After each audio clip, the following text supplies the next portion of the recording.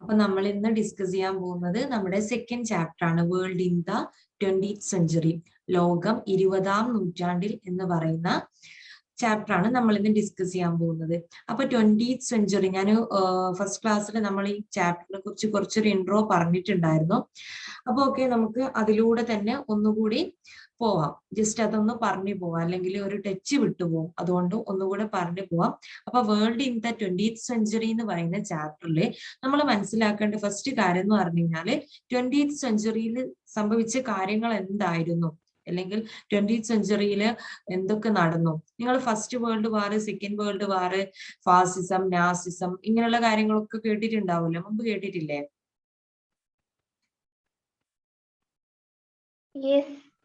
അപ്പോ 20th സെഞ്ചുറിയിൽ നടന്നിട്ടുള്ള പ്രധാനപ്പെട്ട കാര്യങ്ങളാണ് ഇതൊക്കെ. നടന്നിട്ടുള്ള കാര്യങ്ങളാണ് നമ്മുടെ ലോക യുദ്ധങ്ങൾ. ഫസ്റ്റ് വേൾഡ് വാർ, ഒന്നാം ലോക യുദ്ധം, രണ്ടാം ലോക മഹായുദ്ധം, അതേപോലെ തന്നെ ഫാസിസം, നാസിസം, ഇങ്ങനെയുള്ള ഒരുപാട് കാര്യങ്ങളാണ് 20ാം നൂറ്റാണ്ടിൽ നടന്നിട്ടുള്ളത്.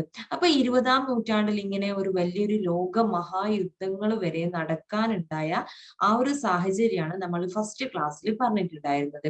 അതാണ് 18ാം നൂറ്റാണ്ടിൽ ഇംഗ്ലണ്ടിൽ ഇൻഡസ്ട്രിയൽ റവല്യൂഷൻ സ്റ്റാർട്ട് ചെയ്തു, അതായത് വ്യവസായ വിപ്ലവം. വ്യവസായ വിപ്ലവം എന്ന് പറഞ്ഞാൽ എന്താന്ന് ഓർക്കുന്നുണ്ടോ? ഞാൻ പറഞ്ഞിട്ടുണ്ടായിരുന്നു വ്യവസായ വിപ്ലവം എന്താണെന്ന്. നിങ്ങൾക്ക് ഓർമ്മയുണ്ടോ വ്യവസായ വിപ്ലവം എന്താണെന്ന്? ഓർമ്മയുണ്ടോ? ഫിദ, അസ്ലം, നുഹ്മാൻ, ഓർമ്മയുണ്ടോ എന്തായിരുന്നു വ്യവസായ വിപ്ലവം? അറിയോ?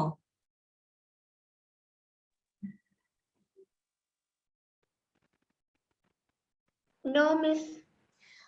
അപ്പോ വ്യവസായ വിപ്ലവം എന്ന് പറയുന്നത്, അതായത് വ്യവസായശാലകളില്, ഫാക്ടറികളില് മെഷീൻസിന്റെ സഹായത്തോട് കൂടിയിട്ട് ഉൽപ്പന്നങ്ങൾ ഉണ്ടാക്കി വന്ന ആ ഒരു കാലഘട്ടം. അതായത് നിലവിൽ എന്തായിരുന്നു, ഈ ഫാക്ടറികളും മെഷീൻസും ഒക്കെ വരുന്നതിന് മുമ്പ് വീടുകളില്, അതേപോലെ തന്നെ ചെറിയ ചെറിയ ഷെഡുകളില്, അങ്ങനെ കുറെ ആൾക്കാര്, ഫാമിലീസ് ആയിക്കോട്ടെ, അല്ലെങ്കിൽ കുറച്ച് നൈബേഴ്സ് കൂടിയിട്ട് കരകൗശലമായിട്ട് കൈകൊണ്ട് ഉണ്ടാക്കുന്ന ഉൽപ്പന്നങ്ങളായിരുന്നു ഉണ്ടായിരുന്നത്. അപ്പൊ ആ ഒരു കാലം മാറിയിട്ട് മെഷീൻസിന്റെ സഹായത്തോടു കൂടി ഫാക്ടറികളിൽ ഉൽപ്പന്നങ്ങൾ ഉണ്ടാക്കി വന്ന ആ ഒരു കാലഘട്ടത്തെ, ആ ഒരു എന്താ പറയാ, വലിയൊരു ചേഞ്ചാണ്. നിലവിലുണ്ടായിരുന്ന കൈകൊണ്ട് ഉണ്ടാക്കുന്ന ഉൽപ്പന്നങ്ങൾക്ക് പകരം മെഷീൻസിന്റെ സഹായത്തോടു കൂടി ഫാക്ടറിയിൽ വെച്ചിട്ട് ഉൽപ്പന്നങ്ങൾ ഉണ്ടാക്കാൻ തുടങ്ങി. അങ്ങനെ ആ ഉൽപ്പന്നങ്ങൾ, അതായത് നിങ്ങൾക്ക് മനസ്സിലാവും, കൈകൊണ്ട് നമ്മള് സ്വന്തമായിട്ട് കൈകൊണ്ട് എല്ലാരും കൂടി ഉണ്ടാക്കിയാലും അതേപോലെ മെഷീൻസിന്റെ സഹായത്തോട് കൂടിയിട്ട് ഉൽപ്പന്നങ്ങൾ ഉണ്ടാക്കുന്ന സമയത്തും ഒരുപാട് വ്യത്യാസങ്ങളുണ്ട്. എന്തൊക്കെയാ വ്യത്യാസങ്ങള്? പ്രൊഡക്ഷൻ ഇൻക്രീസ് ചെയ്യും അല്ലെ? അതായത് ഒരേ സമയം കൊണ്ട് ഒരുപാട് ഉൽപ്പന്നങ്ങൾ മെഷീൻസ് കൊണ്ട് ഉണ്ടാക്കാൻ പറ്റും. എന്നാൽ അതേ സമയം കൊണ്ട് നമ്മൾ നമ്മുടെ കൈകൊണ്ട് ഉണ്ടാക്കുകയാണെങ്കിൽ അത്രത്തോളം ഉൽപ്പന്നങ്ങൾ ഉണ്ടാക്കാൻ പറ്റിയെന്ന് വരില്ല. അപ്പോൾ ഇത്തരത്തിൽ ഈ വ്യവസായ വിപ്ലവം അല്ലെങ്കിൽ വ്യവസായശാലകളിൽ വെച്ചിട്ട് ഉൽപ്പന്നങ്ങൾ ഉണ്ടാക്കാൻ തുടങ്ങിയപ്പോൾ ഒരുപാട് ചേഞ്ചസ് വന്നു. അപ്പൊ ആ ഒരു കാലഘട്ടത്തിനെയാണ്, ആ ഒരു സംഭവത്തിനെയാണ് നമ്മൾ എന്ത് പറയുന്നത്, വ്യവസായ വിപ്ലവം എന്ന് പറയുന്നത്. ചുരുക്കി പറഞ്ഞാൽ ഇത്രയേ ഉള്ളൂ, large scale production that happen in the factories. അതായത് ഫാക്ടറിയിൽ വെച്ച് ഉൽപ്പന്നങ്ങൾ ഉണ്ടാക്കാൻ തുടങ്ങിയപ്പോൾ ഉൽപാദനം എന്ത് ചെയ്തു, ഒരുപാട് വൻതോതിൽ എന്ത് ചെയ്യാൻ തുടങ്ങി, വർദ്ധിക്കാൻ തുടങ്ങി. അപ്പൊ എന്ത് ചെയ്യും, അതായത് ഉൽപ്പന്നങ്ങളുടെ ഈ വൻതോതിൽ വർധനവ് മാത്രമല്ല, ചുരുങ്ങിയ സമയം കൊണ്ട് ഒരുപാട് ഉൽപ്പന്നങ്ങൾ ഉണ്ടാക്കാൻ പറ്റി. പിന്നെ എന്ത് പറ്റും, നമുക്ക് അധ്വാന ഭാരം കുറയില്ലേ? മെഷീൻസിന്റെ സപ്പോർട്ടോട് കൂടിയിട്ട് കാര്യങ്ങൾ ചെയ്യുമ്പോൾ ഒരുപാട് അധ്വാന ഭാരം കുറയില്ലേ മെഷീൻസ് കൊണ്ട് ചെയ്യുന്ന സമയത്ത്? അപ്പോ അങ്ങനെ ഉണ്ടായിട്ടുള്ള ആ ഒരു ചേഞ്ചിനെയാണ് നമ്മൾ എന്ത് പറയുന്നത്, വ്യവസായ വിപ്ലവം എന്ന് പറയുന്നത്. ഫസ്റ്റ് ആയിട്ട് ഈ വ്യവസായശാലകളും അതേപോലെ തന്നെ ഉൽപ്പന്നങ്ങൾ ഉണ്ടാക്കാനുള്ള മെഷീൻസ് ഒക്കെ കണ്ടുപിടിച്ചത്, അല്ലെ സ്റ്റാർട്ട് ചെയ്തത് ഇംഗ്ലണ്ടിലാണ്. പിന്നീട് അതെന്തായി, മറ്റ് യൂറോപ്യൻ രാജ്യങ്ങളിലൊക്കെ ഈ ഒരു വ്യവസായ വിപ്ലവവും അതേപോലെ തന്നെ ഇൻഡസ്ട്രിയൽ റവല്യൂഷനും ഒക്കെ ഇങ്ങനെ സ്പ്രെഡായി മറ്റ് യൂറോപ്യൻ രാജ്യങ്ങളിലൊക്കെ. ഫസ്റ്റ് ആയിട്ട് സ്റ്റാർട്ട് ചെയ്തത് ഇംഗ്ലണ്ടിലാണ്, അത് 18ാം നൂറ്റാണ്ടിലാണ്. അപ്പൊ 20ാം നൂറ്റാണ്ടിന്റെ തുടക്കം, ആ ഒരു കാലഘട്ടം ആകുമ്പോഴത്തേക്കും യൂറോപ്പിലെ എല്ലാ രാജ്യങ്ങളിലും എന്ത് സംഭവിച്ചു, ഈ ഒരു വ്യവസായ വിപ്ലവം സംഭവിച്ചു. അതായത് വ്യവസായ വിപ്ലവം എന്ന് പറയുന്നത് സിമ്പിൾ ആയിട്ട് പറയുകയാണെങ്കിൽ നിലവിൽ കൈകൊണ്ടും അതേപോലെ തന്നെ വീടുകളിലും മറ്റ് എന്താ പറയാ ചെറിയ ഷെഡുകളിലൊക്കെ ആയിട്ട് ആൾക്കാർ സ്വന്തം കൈകൊണ്ട് ഉണ്ടാക്കിയ പ്രൊഡക്ഷനിൽ നിന്ന് മാറ്റം വന്നുകൊണ്ട് എന്തായി ഫാക്ടറികളിലെ മെഷീൻസിന്റെ സഹായത്തോട് കൂടിയിട്ട് ഉൽപാദനം ഉണ്ടാക്കി വന്നിട്ടുള്ള ആ ഒരു പ്രക്രിയയാണ് നമ്മൾ എന്ത് പറയുന്നത് ഈ വ്യവസായ വിപ്ലവം എന്നതുകൊണ്ട് സൂചിപ്പിക്കുന്നത്. അപ്പോ ഇങ്ങനെ വ്യവസായ വിപ്ലവം 18-ാം നൂറ്റാണ്ടിലെ ഇംഗ്ലണ്ടിൽ സ്റ്റാർട്ട് ചെയ്തു. പിന്നീട് അതെന്ത് ചെയ്യാണ് യൂറോപ്പിൽ ആകമാനം മറ്റ് യൂറോപ്യൻ രാജ്യങ്ങളിലൊക്കെ ഈ ഒരു രീതി സ്പ്രെഡ് ആയിട്ട് വരികയാണ്. ആദ്യം വന്നത് ഇംഗ്ലണ്ടാണ്, പിന്നെ മറ്റ് യൂറോപ്യൻ രാജ്യങ്ങളിലൊക്കെ എന്ത് ചെയ്യുക ഇതേപോലെ ഫാക്ടറിയിൽ വെച്ചിട്ട് ഉൽപ്പന്നങ്ങൾ ഉണ്ടാക്കാനും തുടങ്ങി. അപ്പൊ എന്തായെന്ന് വെച്ച് കഴിഞ്ഞാല് ഇവര് അതായത് ഫാക്ടറികളിലൊക്കെ നമുക്കറിയാലോ, ഫാക്ടറികൾ ഒരു സ്വന്തമായിട്ട് ഒരു ഫാക്ടറി ഒക്കെ തുടങ്ങാനെങ്കിൽ അത് കോമൺ ആയിട്ടുള്ള ഒരു സാധാരണക്കാരനിക്ക് പറ്റുമോ? പറ്റില്ലല്ലോ. അത്യാവശ്യം ക്യാഷ് ഉള്ള അല്ലെങ്കിൽ ഇൻവെസ്റ്റ് ചെയ്യാൻ പറ്റുന്ന ആൾക്കാർക്കല്ലേ അങ്ങനെ ഒരു ഫാക്ടറി ഒക്കെ സ്വന്തമായിട്ട് തുടങ്ങാനും കുറെ ലേബേഴ്സിന് അതിൽ നേൽപ്പിക്കാനും അതേപോലെ തന്നെ അതിൽ ആവശ്യമായിട്ടുള്ള പ്രൊഡക്റ്റിന് വേണ്ടിയിട്ടുള്ള റോ മെറ്റീരിയൽസ് ഒക്കെ എത്തിച്ചു കൊടുക്കാനും സാധാരണക്കാരെ കൊണ്ട് പറ്റുമോ? ഇല്ല. അപ്പൊ അങ്ങനെ പറ്റാതായപ്പോ അങ്ങനെ പറ്റില്ല. അപ്പൊ അതുകൊണ്ട് തന്നെ ഈ ഫാക്ടറികളൊക്കെ ആരുടെ കയ്യിലായിരുന്നു ഉണ്ടായിരുന്നത്? വലിയ വലിയ മുതലാളിമാരുടെ കയ്യിലായിരുന്നു ഉണ്ടായിരുന്നത്. അപ്പൊ അവരെയാണ് നമ്മൾ എന്ത് പറയുന്നത്? ക്യാപിറ്റലിസ്റ്റ്. മലയാളത്തിലാണെങ്കിൽ മുതലാളിത്തം അല്ലെങ്കിൽ മുതലാളിമാര്. അപ്പൊ ഇത്തരത്തിൽ ഇവരാണ്, ഈ മുതലാളിമാരായിരുന്നു ഏത് കൺട്രോൾ ചെയ്തിരുന്നത്? ഈ ഫാക്ടറികൾ അല്ലെങ്കിൽ ഇൻഡസ്ട്രി വ്യവസായശാലകളൊക്കെ കൺട്രോൾ ചെയ്തത് മുതലാളിമാരായിരുന്നു. അവരെന്ത് ചെയ്തു? അവര് വേണ്ടത്രയും, അതായത് എന്ത് പ്രൊഡക്ഷൻ ആണോ അല്ലെ എന്ത് പ്രോഡക്റ്റ് ആണോ ഓരോരോ ഫാക്ടറിയിൽ ഓരോരുത്തർ ഉണ്ടാക്കുന്നത് അതിന് വേണ്ടിയിട്ടുള്ള റോ മെറ്റീരിയൽസ് എത്തിച്ചു കൊടുക്കുക. എന്നിട്ട് അത് എന്ത് ചെയ്യുക ബൾക്കായിട്ട് ഇങ്ങനെ പ്രൊഡ്യൂസ് ചെയ്യുക. എന്നിട്ട് അത് എന്ത് ചെയ്യുക പ്രൊഡക്ഷൻ ഇങ്ങനെ ഇൻക്രീസ് ചെയ്തിട്ട്, അതായത് പാക്കിംഗ് ഒക്കെ കഴിഞ്ഞിട്ട് പ്രൊഡക്ഷൻ ഇങ്ങനെ ഉണ്ടാക്കിയിട്ട് മറ്റു രാജ്യങ്ങളിലും അതേപോലെ തന്നെ സ്വന്തം നാട്ടിലും ഒക്കെ ഇങ്ങനെ സെയിൽ ചെയ്യാം. ഈ ഒരു അവസ്ഥ ആരെ കയ്യിലായിരുന്നു ഉണ്ടായിരുന്നത്? അതായത് പ്രൊഡക്ഷനും ഡിസ്ട്രിബ്യൂഷനും ഉൽപാദനവും വിതരണവും കൈവശം വെച്ചത് ആരായിരുന്നു? ഈ മുതലാളിമാരായിരുന്നു. അവരെന്നെയാണ് ഈ ഇൻഡസ്ട്രിയിൽ എന്ത് ചെയ്യുന്നത്? ഇൻവെസ്റ്റ് ചെയ്യുന്നതും വേണ്ട സാധനങ്ങൾ എത്തിച്ചു കൊടുക്കുന്നതും മെഷീൻസ് എത്തിച്ചു കൊടുക്കുന്നതും ഫാക്ടറികൾ തുടങ്ങുന്നതും ഒക്കെ ആരാണ്? മുതലാളിമാരാണ്, ക്യാപിറ്റലിസ്റ്റേഴ്സ് ആണ്. അവരെന്നെയാണ് എന്ത് ചെയ്യുന്നത്? അവര് വാങ്ങിച്ച് അവര് ഇൻവെസ്റ്റ് ചെയ്ത് സാധനം കൊണ്ട് ഉണ്ടാക്കുന്ന പ്രൊഡക്റ്റ് വിൽക്കുകയും അതേപോലെ തന്നെ ഉണ്ടാക്കുകയൊക്കെ ചെയ്യുക അവരാണല്ലോ. അപ്പൊ എല്ലാം, അതായത് ഉൽപാദനം അവരുടെ കൺട്രോളിലാണ്, അതേപോലെ തന്നെ വിതരണവും അവരുടെ കൺട്രോളിലാണ്. അങ്ങനെ എന്ത് ചെയ്യാൻ തുടങ്ങി? ഓരോ രാജ്യം, നമ്മൾ പറഞ്ഞു യൂറോപ്പിൽ മൊത്തത്തിൽ എന്തായി? ഈ വ്യവസായ വിപ്ലവം വ്യാപിച്ചു അല്ലെ? ഇൻഡസ്ട്രിയൽ റവല്യൂഷൻ ഒട്ടാകെ യൂറോപ്പിൽ ആകമാനം സ്പ്രെഡായി. അങ്ങനെ എന്ത് ചെയ്യാൻ തുടങ്ങി എന്ന് വെച്ച് കഴിഞ്ഞാല് മുതലാളിമാര് തമ്മിൽ മത്സരിക്കാൻ തുടങ്ങി. അതായത് ഇത് നല്ല ലാഭമുള്ള ഏർപ്പാടാണ്. ആദ്യമായിട്ടാണ് ലോകത്ത് എന്തുണ്ടാകുന്നത്? മെഷീൻസ് കൊണ്ട് ഉണ്ടാക്കിയിട്ടുള്ള പ്രോഡക്റ്റ് ഉണ്ടാവുന്നത്. അതുവരെ കൈകൊണ്ട് ഉണ്ടാക്കിയതായിരുന്നു. അതുകൊണ്ട് തന്നെ എന്തായിരുന്നു, ആൾക്കാർ പെട്ടെന്ന് ഇത് വാങ്ങിയിട്ട് പോവുമായിരുന്നു, പെട്ടെന്ന് വിറ്റ് തീരുമായിരുന്നു. കാരണം നമുക്കറിയാം, കൈകൊണ്ട് ഉണ്ടാക്കുന്ന പ്രോഡക്റ്റും മെഷീൻസ് കൊണ്ട് ഉണ്ടാക്കുന്ന പ്രോഡക്റ്റും ഫിനിഷിങ്ങിലും അതേപോലെ വൃത്തിയുടെ കാര്യത്തിലും ഭംഗിയുടെ കാര്യത്തിലും അതേപോലെ ഈട് നിൽക്കുന്ന കാര്യത്തിലും ഒക്കെ എന്താണ് വ്യത്യാസം ഉണ്ട്. അപ്പൊ അതുകൊണ്ട് തന്നെ എല്ലാവരും അട്രാക്റ്റീവ് ആണ്. ആദ്യമായിട്ട് കിട്ടുകയാണ് മെഷീൻസ് കൊണ്ട് ഉണ്ടാക്കിയ പ്രോഡക്റ്റ്. അപ്പൊ എന്താണ്, നമ്മളിപ്പോ വസ്ത്രങ്ങളാണെങ്കിൽ പോലും മെഷീൻ മെയ്ഡ് ആയിട്ടുള്ള വസ്ത്രവും അതേപോലെ തന്നെ കൈകൊണ്ട് തുന്നി പിടിപ്പിച്ചിട്ടുണ്ടാക്കുന്ന വസ്ത്രവും തമ്മിൽ എന്താണ് ഒരുപാട് വ്യത്യാസമുണ്ട്. അതിപ്പോ ഏത് പ്രോഡക്റ്റ് ആണെങ്കിലും കൈകൊണ്ട് ഉണ്ടാക്കുന്നതും മെഷീൻ കൊണ്ട് ഉണ്ടാക്കുന്നതും എന്താണ് വ്യത്യാസമായിരിക്കും. മെഷീൻ കൊണ്ടാണെങ്കിൽ എല്ലാ പ്രോഡക്റ്റും ഒരു യൂണിഫോമിറ്റി ഉണ്ടാവും അല്ലെ, ഒരേപോലെ ഉണ്ടാവും. മറ്റ് നമ്മള് കൈകൊണ്ടൊക്കെ ഉണ്ടാക്കുന്ന സമയത്ത് തമ്മിൽ വ്യത്യാസം ഉണ്ടാവും, എന്തെങ്കിലും ഒരു എന്താ പറയാ ഇൻഡിഫറൻസ് നമുക്ക് കാണാൻ പറ്റും. അതേപോലെ തന്നെ ഈ മെഷീൻസ് കൊണ്ട് ഉണ്ടാക്കിയ പ്രോഡക്റ്റ് പെട്ടെന്ന് തന്നെ സെയിൽ ചെയ്ത് പോകാൻ തുടങ്ങി, വിറ്റഴിക്കാൻ പറ്റി. അപ്പൊ അതുകൊണ്ട് തന്നെ മുതലാളിമാർക്ക് എന്താണ് വമ്പിച്ച ലാഭമാണ് ഉണ്ടാകുന്നത്. കാരണം നിലവില് 1 മണിക്കൂർ കൊണ്ട് കൈകൊണ്ട് ഉണ്ടാക്കുന്ന സമയത്ത് കുറച്ച് പ്രോഡക്റ്റ് മാത്രമേ ഉണ്ടാക്കാൻ പറ്റിയിട്ടുള്ളൂ. പക്ഷെ മെഷീൻസിന്റെ സഹായത്തോടു കൂടി 1 മണിക്കൂർ കൊണ്ട് അവർ എത്രയാണോ ഉദ്ദേശിക്കുന്നത് അത്രയും പ്രോഡക്റ്റ് ഉണ്ടാക്കാൻ പറ്റുന്നുണ്ട്. റോ മെറ്റീരിയൽസിന്റെ ആവശ്യം മാത്രമേ ഉള്ളൂ. അത് കഴിഞ്ഞ് കഴിഞ്ഞാൽ എത്ര വേണമെങ്കിലും ഉണ്ടാക്കാം. എന്നാൽ ലാബേഴ്സിനെ വെക്കുകയും വേണ്ട. പിന്നെന്താണ്, ഇത് പെട്ടെന്ന് തന്നെ വിറ്റഴിക്കപ്പെടുന്നുണ്ട്, ആൾക്കാർ പെട്ടെന്ന് വാങ്ങിക്കുന്നുണ്ട്. അപ്പൊ ഇവർക്ക് എന്ത് ചെയ്യാൻ തുടങ്ങി? പ്രോഫിറ്റ് ഉണ്ടാകാൻ തുടങ്ങി, നല്ലോണം പ്രോഫിറ്റ് കിട്ടാൻ തുടങ്ങി. അങ്ങനെ പ്രോഫിറ്റ് കിട്ടാൻ തുടങ്ങിയപ്പോൾ മുതലാളിമാർ, അതായത് ഓരോ മുതലാളിമാരുണ്ടായാലും ഓരോ നാട്ടിലും ഇഷ്ടംപോലെ മുതലാളിമാരുണ്ടാകും. അതേപോലെ മറ്റ് യൂറോപ്യൻ രാജ്യങ്ങളിലും ഒരുപാട് മുതലാളിമാരുണ്ട്. അങ്ങനെ ഈ മുതലാളിത്തം അല്ലെങ്കിൽ മുതലാളിമാർ ക്യാപിറ്റലിസ്റ്റേഴ്സ് എന്ത് ചെയ്യാൻ തുടങ്ങി? തുടങ്ങി? അങ്ങോട്ടും ഇങ്ങോട്ടും ഈ പ്രൊഡക്ഷൻ ഉണ്ടാക്കുന്നതിൽ വെച്ചിട്ട് മത്സരിക്കാൻ തുടങ്ങി. മനസ്സിലാവുന്നുണ്ടോ നിങ്ങൾക്ക് പറയുന്നത്? കാരണം ഇവരുടെ ലക്ഷ്യം എന്ന് പറയുന്നത് ലാഭം ഉണ്ടാക്കലായി. ലാഭം കിട്ടാൻ തുടങ്ങിയപ്പോ ഇവരെന്ത് ചെയ്യാൻ തുടങ്ങി? മത്സരിക്കാൻ തുടങ്ങി. ഒരാള് 100 പ്രോഡക്റ്റ് 1 മണിക്കൂർ കൊണ്ടുണ്ടാക്കുന്ന സമയത്ത് മറ്റേയാൾ എന്ത് വിചാരിക്കും? ഞാൻ അതിനെക്കാട്ടിലും കൂടുതൽ ഉണ്ടാക്കട്ടെ, എന്നിട്ട് ഫസ്റ്റ് എനിക്ക് വിൽക്കണം. അപ്പൊ എനിക്കല്ലേ കിട്ടുക, എന്റെ അടുത്ത് നിന്ന് ആൾക്കാർ വാങ്ങിക്കണം, എനിക്ക് കിട്ടണം ലാഭം, എന്റെ സാധനങ്ങൾ ഇവര് വാങ്ങിക്കണം, ആദ്യം അവിടെ ഞാൻ വിൽക്കും, ഇവരെക്കാട്ടിൽ മുമ്പത്ത് ഞാൻ വിൽക്കും എന്ന ആ ഒരു മത്സരം എന്താവാൻ തുടങ്ങി? ഈ ക്യാപിറ്റലിസ്റ്റേഴ്സിന്റെ ഇടയിൽ ഉണ്ടാവാൻ തുടങ്ങി, മുതലാളിമാരുടെ ഇടയിൽ ഉണ്ടാവാൻ തുടങ്ങി. അങ്ങനെ എന്തിയാണ് ഈ ഇൻഡസ്ട്രിയൽ റവല്യൂഷൻ ഫസ്റ്റ് സ്റ്റാർട്ട് ചെയ്ത ആ ഒരു ഇൻഡസ്ട്രിയൽ റവല്യൂഷൻ മുതലാളിമാരുടെ മത്സരത്തിന്, ക്യാപിറ്റലിസ്റ്റേഴ്സിന്റെ ഇടയ്ക്ക് ഉണ്ടായിട്ട് ഒരു കോമ്പറ്റീഷന് വേണ്ടിയിട്ട് വഴിതെളിക്കുകയാണ് ചെയ്തത്. ഇൻഡസ്ട്രിയൽ റവല്യൂഷൻ ആണ് സ്റ്റാർട്ട് ചെയ്തത്. പിന്നീട് അത് എന്താവാണ്? ക്യാപിറ്റലിസ്റ്റേഴ്സ് തമ്മിലുള്ള ഒരു മത്സരത്തിലോട്ട് എത്തിക്കുകയാണ് ചെയ്തത്. അങ്ങനെ ഇങ്ങനെ പോലും മത്സരിച്ച് പ്രോഡക്റ്റ് ഇങ്ങനെ ഉണ്ടാക്കി ലാസ്റ്റ് എന്ത് ചെയ്യാൻ തുടങ്ങി എന്ന് വെച്ച് കഴിഞ്ഞാല് സ്വന്തം രാജ്യത്ത് ആൾക്കാർ വാങ്ങാനില്ലാതെയായി. കാരണം ഇവരിങ്ങനെ ഉണ്ടാക്കുക, സ്വന്തം രാജ്യത്ത് വിൽക്കുക, വാങ്ങിയ സാധനം തന്നെ ആൾക്കാർ വീണ്ടും വാങ്ങുമോ? അതായത് പ്രത്യേകമായിട്ട് വേറെ എന്തെങ്കിലും തരത്തിലുള്ള ഒരു പ്രോഡക്റ്റ് അല്ലെങ്കിൽ എന്തിലെങ്കിലും ഒരു ഡിഫറൻസ് വേണം, എന്നാലല്ലേ ആൾക്കാർ വാങ്ങിക്കുള്ളൂ. അങ്ങനെ ഡിഫറൻസ് ആയിട്ടുള്ള പ്രോഡക്റ്റ് ഉണ്ടാക്കണമെങ്കിൽ ഡിഫറൻസ് ആയിട്ടുള്ള റോ മെറ്റീരിയൽസും കിട്ടണം. അപ്പൊ ഇവര് നിലവിൽ അവരുടെ രാജ്യത്തുള്ള റോ മെറ്റീരിയൽസ് കൊണ്ടാണ് എന്തുണ്ടാക്കുന്നത്? പ്രോഡക്റ്റ് ഉണ്ടാക്കുന്നത്. അപ്പൊ അതേപോലെ തന്നെയാണ് മറ്റു മുതലാളിമാരും മറ്റു ക്യാപിറ്റലിസ്റ്റേഴ്സും ഉണ്ടാക്കുന്നത്. അപ്പൊ പിന്നെ എന്താന്ന് തുടങ്ങി? ആദ്യം പെട്ടെന്ന് സെയിൽ ചെയ്ത് പോകാൻ തുടങ്ങി. പിന്നെ ഇത് വാങ്ങിക്കാൻ ആരും ഇല്ലാതെയായി. പക്ഷെ ഇവര് തമ്മിലുള്ള മത്സരം നിർത്തിയോ? ഇവര് ഒരാൾ 100 ഉണ്ടാക്കി കഴിഞ്ഞാൽ മറ്റേ ആൾ 200 ഉണ്ടാക്കും. അതേപോലെ വേറെ ആള് തൊട്ടടുത്ത ആൾ, അങ്ങനെ ഇങ്ങനെ ഉൽപ്പന്നങ്ങൾ എന്ത് ചെയ്യാൻ തുടങ്ങി? ഇവരുടെ ഫാക്ടറിയിൽ ഇങ്ങനെ കുമിഞ്ഞു കൂടാൻ തുടങ്ങി. ബൾക്കായിട്ട് ഇങ്ങനെ കുമിഞ്ഞു കൂടാൻ തുടങ്ങി. വിറ്റഴിക്കാൻ പറ്റുന്നില്ല. അപ്പൊ ഇങ്ങനെ ഉൽപ്പന്നങ്ങൾ കുമിഞ്ഞു കൂടാൻ തുടങ്ങി. പിന്നെ ഇവർക്ക് മനസ്സിലായി, നമ്മൾ വ്യത്യസ്തമായിട്ടുള്ള പ്രോഡക്റ്റ് ഉണ്ടാക്കുമ്പോൾ മാത്രമേ എന്ത് സംഭവിക്കുള്ളൂ?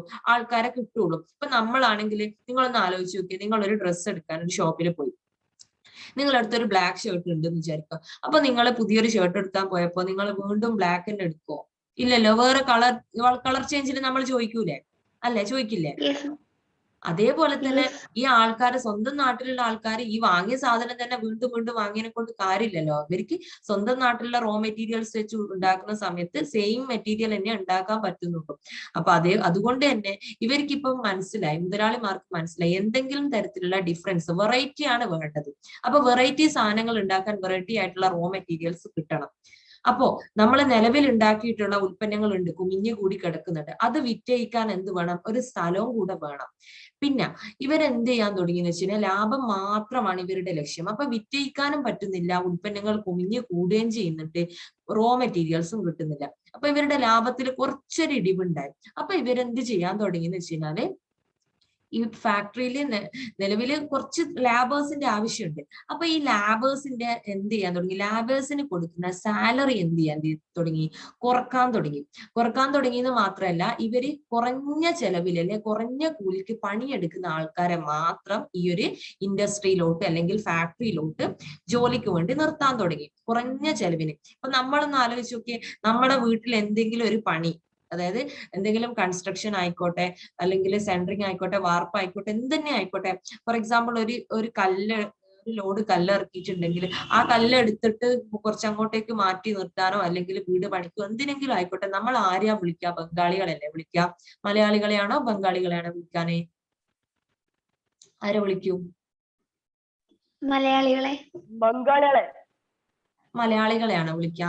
പൊതുവെ എല്ലാവരും ബംഗാളികളെയാണ് വിളിക്കുക. കാരണം എന്തുകൊണ്ടാ വിളിക്കുന്നതെന്ന് വെച്ച് കഴിഞ്ഞാല് അവർക്ക് കുറഞ്ഞ കൂലിയേ വേണ്ടുള്ളൂ, അല്ലെ? പൊതുവെ ഇപ്പൊ നമ്മൾ കണ്ടുവരുന്നതാണ്. ചില ആൾക്കാർ മലയാളികളെ തന്നെ വിളിക്കും, കാരണം ബംഗാളികളെ അടുത്ത് കുറച്ച് ക്രിമിനൽ ബാക്ക്ഗ്രൗണ്ട് എല്ലാം ഉണ്ടാവും, അങ്ങനെ പ്രശ്നങ്ങളൊക്കെ ഉണ്ടാവുമെന്ന് വിചാരിച്ചിട്ട് അങ്ങനെ ഉണ്ടാവും. പക്ഷെ എന്നിരുന്നാലും നമ്മൾ കുറച്ച് ലാഭമൊക്കെ നോക്കുന്ന ആൾക്കാരാണെങ്കിൽ എന്ത് ചെയ്യാൻ തുടങ്ങും? ബംഗാളികളെയാണ് വിളിക്കുക. കാരണം എന്താണ്? അവർക്ക് കുറച്ച്, അതായത് മലയാളികൾക്ക് കൊടുക്കുന്ന അത്ര കൂലി വേണ്ട. മാത്രമല്ല അവര് സ്പീഡായിട്ട് എന്ത് ചെയ്യാൻ തുടങ്ങും? സാധനങ്ങൾ എന്താണോ അവർക്ക് ഏൽപ്പിച്ച പണി അവർ ചെയ്യാൻ തുടങ്ങും. മാത്രം മലയാളികളാണെങ്കിൽ ഇപ്പൊ നമ്മൾ ഫോർ എക്സാമ്പിൾ കല്ല് കൊണ്ടുവരുന്ന കാര്യമാണ് നമ്മൾ ഉദ്ദേശിച്ചത്, മെഷീൻ കല്ല്. മലയാളികളാണെങ്കിൽ ഒരാൾ ഇങ്ങനെ പൊക്കി കൊടുക്കാൻ വേണം, ഒരാൾ തലയിൽ വെച്ചു കൊടുക്കാൻ വേണം, അതിങ്ങനെ കൊണ്ടുപോവുകയും ചെയ്യും. പക്ഷെ ബംഗാളികളാണെങ്കിൽ അവരെന്നെ തന്നെത്താനെ എടുത്ത് പൊക്കുകയും ചെയ്യും, തലയിൽ വെക്കുകയും ചെയ്യും, കൊണ്ടുപോവുകയും ചെയ്യൂലേ? അവരെ ഹെൽപ്പ് ചെയ്യാൻ വേറെ ആരെങ്കിലും വേണോ? അവര് സ്വന്തം തന്നെ ചെയ്യൂലേ? ചെയ്യൂലേ? ഒരു എക്സാമ്പിൾ പറഞ്ഞാണ്. അപ്പൊ അതേപോലെ തന്നെ മുതലാളിമാർ എന്ത് ചെയ്യാൻ തുടങ്ങി, നമ്മൾ ഫാക്ടറിയിലോട്ട് വാ. അപ്പൊ മുതലാളിമാര് ഇത്തരത്തിൽ ഫാക്ടറികളിലോട്ട് കുറഞ്ഞ ചെലവിന് പണിയെടുക്കുന്ന ആൾക്കാരെ കിട്ടുന്ന നോക്കി. അതായത് ഇവർക്ക് ഉദ്ദേശം വെച്ചാൽ ലാഭം ഉണ്ടാക്കാണ്. നിലവിൽ അവരുടെ ലാഭം കുറച്ച് കുറഞ്ഞു എടുക്കാണ്. അപ്പൊ ഇവരെന്ത് ചെയ്യാൻ തുടങ്ങി, ഇത്തരത്തിൽ കുറഞ്ഞ ചെലവിന് പണിയെടുക്കുന്ന അല്ലെ കുറഞ്ഞ കൂലിക്ക് പണിയെടുക്കുന്ന ആൾക്കാരെ തേടി പോകാൻ തുടങ്ങി. അങ്ങനെ എന്ത് ചെയ്യാൻ തുടങ്ങി, ഒരുപാട് ആൾക്കാർക്ക് നിലവിൽ പണി നഷ്ടപ്പെടും. അതായത് മെഷീൻസ് ഒക്കെ വരുമ്പോൾ ഒരുപാട് ആൾക്കാർക്ക് പണി നഷ്ടപ്പെടും. ഇപ്പൊ പണി ഉള്ളവരാണെങ്കിൽ തന്നെ വളരെ ചുരുങ്ങിയ എമൗണ്ടിൽ പണിയെടുക്കേണ്ട അവസ്ഥയായി. അങ്ങനെ എന്ത് ചെയ്യാൻ തുടങ്ങി, ഈ ലാബേഴ്സ് എല്ലാവരും കൂടെ ഒന്ന് സംഘടിക്കാൻ തുടങ്ങി. സംഘടിച്ചിട്ട് അവർ എന്ത് ചെയ്തു എന്ന് വെച്ചാല്, നമ്മൾ പോയാലല്ലേ ഫാക്ടറിയിൽ കാര്യങ്ങളൊക്കെ നടക്കുള്ളൂ, നമ്മൾ ആരും പോകുന്നില്ല എന്നങ്ങോട്ട് തീരുമാനിച്ചു. അപ്പൊ ആര് പോവാണ്ടിരുന്നു കഴിഞ്ഞാൽ ഈ ക്യാപിറ്റലിസ്റ്റേഴ്സ് ഈ എന്താ പറയാ അവരുടെ സാലറി അല്ലെങ്കിൽ അവരുടെ കൂലി വർദ്ധിപ്പിച്ചു കൊടുക്കുമെന്ന് വിചാരിച്ചു. ആര് വിചാരിച്ചു? ലാബേഴ്സ് എല്ലാം വിചാരിച്ചു. അങ്ങനെ ഈ ലാബേഴ്സ് എല്ലാവരും പണിമുടക്കിയിട്ട് അത്തരത്തിലുള്ള സംഘടനകളും, അതായത് സാലറി കൂട്ടി കൊടുക്കാതെ ഞങ്ങൾ എന്ത് ചെയ്യില്ല, ഫാക്ടറികളിൽ പണിയെടുക്കില്ല എന്ന രീതിയിൽ അവരെന്ത് ചെയ്യാൻ തുടങ്ങി, സംഘടിക്കാൻ തുടങ്ങി.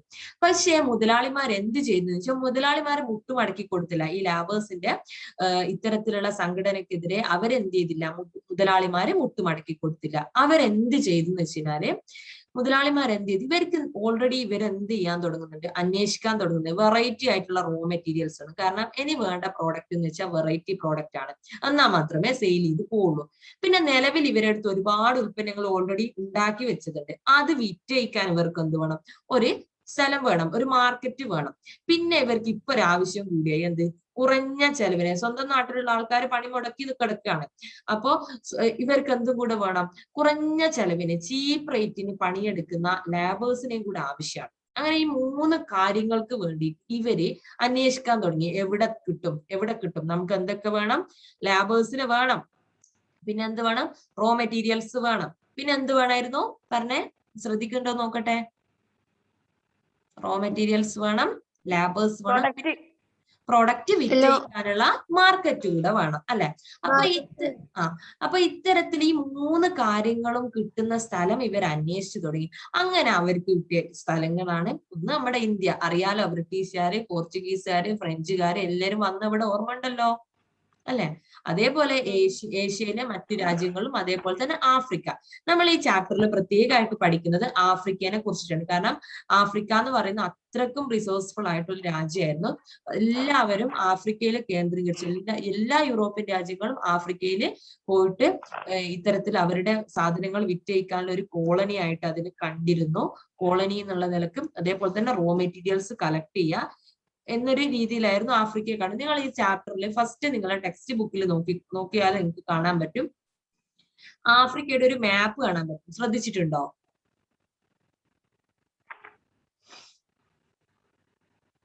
പറ്റുന്നുണ്ടോ? കണ്ടിട്ടുണ്ടോ?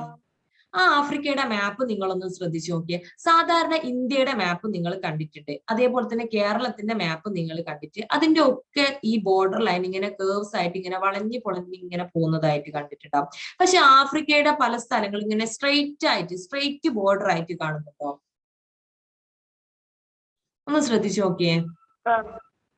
എന്തുകൊണ്ടാണ്? അത് എന്തുകൊണ്ടാണ്? ഇങ്ങനെ തുടങ്ങിയിട്ടാണ് നിങ്ങളുടെ ഈ ചാപ്റ്റർ സ്റ്റാർട്ട് ചെയ്യുന്നത്. അപ്പൊ ഇതുവരെ ഞാൻ പറഞ്ഞത് ഈ ചാപ്റ്ററിലോട്ട് നിങ്ങളെ എത്തിച്ചതാണ് കേട്ടോ. അപ്പോ ഈ ഒരു കാര്യം ചോദിച്ചുകൊണ്ടാണ് ഈ ഒരു ചാപ്റ്റർ തുടങ്ങുന്നത്. എന്തുകൊണ്ടാണ് ഈ ആഫ്രിക്കയുടെ മാപ്പ് ഇങ്ങനെ സ്ട്രെയിറ്റ് ബോർഡറിലായിട്ട് കാണപ്പെടുന്നത്? എന്തുകൊണ്ടാന്ന് ചോദിച്ചു കഴിഞ്ഞാല്, ഇവര് യൂറോപ്യന്മാര് എന്ത് ചെയ്യാൻ തുടങ്ങി, 3 കാര്യങ്ങൾക്ക് വേണ്ടിയിട്ട് അന്വേഷിക്കാൻ തുടങ്ങിയിട്ടുണ്ട്. അവർക്ക് കിട്ടിയ ഒരു സ്ഥലമാണ് ഈ ആഫ്രിക്ക എന്ന് പറയുന്നത്. ഫസ്റ്റ് ആയിട്ട് അവർക്ക് കിട്ടിയൊരു സ്ഥലമാണ്. അപ്പൊ ഇവരെന്ത് ചെയ്യാൻ തുടങ്ങി, ആദ്യം ആഫ്രിക്കയിൽ എത്തുന്നവര് ഇത് നമ്മൾ പിടിച്ച സ്ഥലമാണ് കേട്ടോ, ഇവിടെ ഇങ്ങോട്ട് ആരും വരാൻ പാടില്ല. അങ്ങനെ അവർ ഓരോ യൂറോപ്യൻ രാജ്യങ്ങളും ആഫ്രിക്കയുടെ ഓരോ ഭാഗങ്ങൾ കേന്ദ്രീകരിച്ച് അവരുടേതായിട്ട് മാറ്റി. അങ്ങനെ ഇവർക്ക് പരസ്പരം അങ്ങോട്ടും ഇങ്ങോട്ടും മനസ്സിലാവാൻ വേണ്ടിയിട്ട് ഇവരെന്നെ എന്ത് ചെയ്യാൻ തുടങ്ങി, ബോർഡർ ഇടാൻ തുടങ്ങി. വളഞ്ഞു പൊളഞ്ഞു വരച്ചാൽ മനസ്സിലാവുമോ? തെറ്റിപ്പോവില്ലേ? അപ്പൊ അവരെന്നെ, അതായത് യൂറോപ്യൻ രാജ്യങ്ങള് അവരുടെ കോളനി ആയിട്ട് ആഫ്രിക്കയെ കണ്ടു. അപ്പൊ അവർക്ക് മനസ്സിലാകുന്ന അല്ലെങ്കിൽ അവരുടെ സൗകര്യത്തിനനുസരിച്ച് അവരെന്ത് ചെയ്യാൻ തുടങ്ങി, ആഫ്രിക്കയെ ഇങ്ങനെ വീതം വെച്ച് വരക്കാൻ തുടങ്ങി. അതുകൊണ്ടാണ് ഈ മാപ്പിൽ നിങ്ങൾക്ക് എന്ത് കാണാൻ പറ്റുന്നത്, ആഫ്രിക്കയുടെ ബോർഡർ ലൈൻസ് ഇങ്ങനെ സ്ട്രെയിറ്റ് ലൈൻ ആയിട്ട് കാണുന്നത്. മനസ്സിലായോ?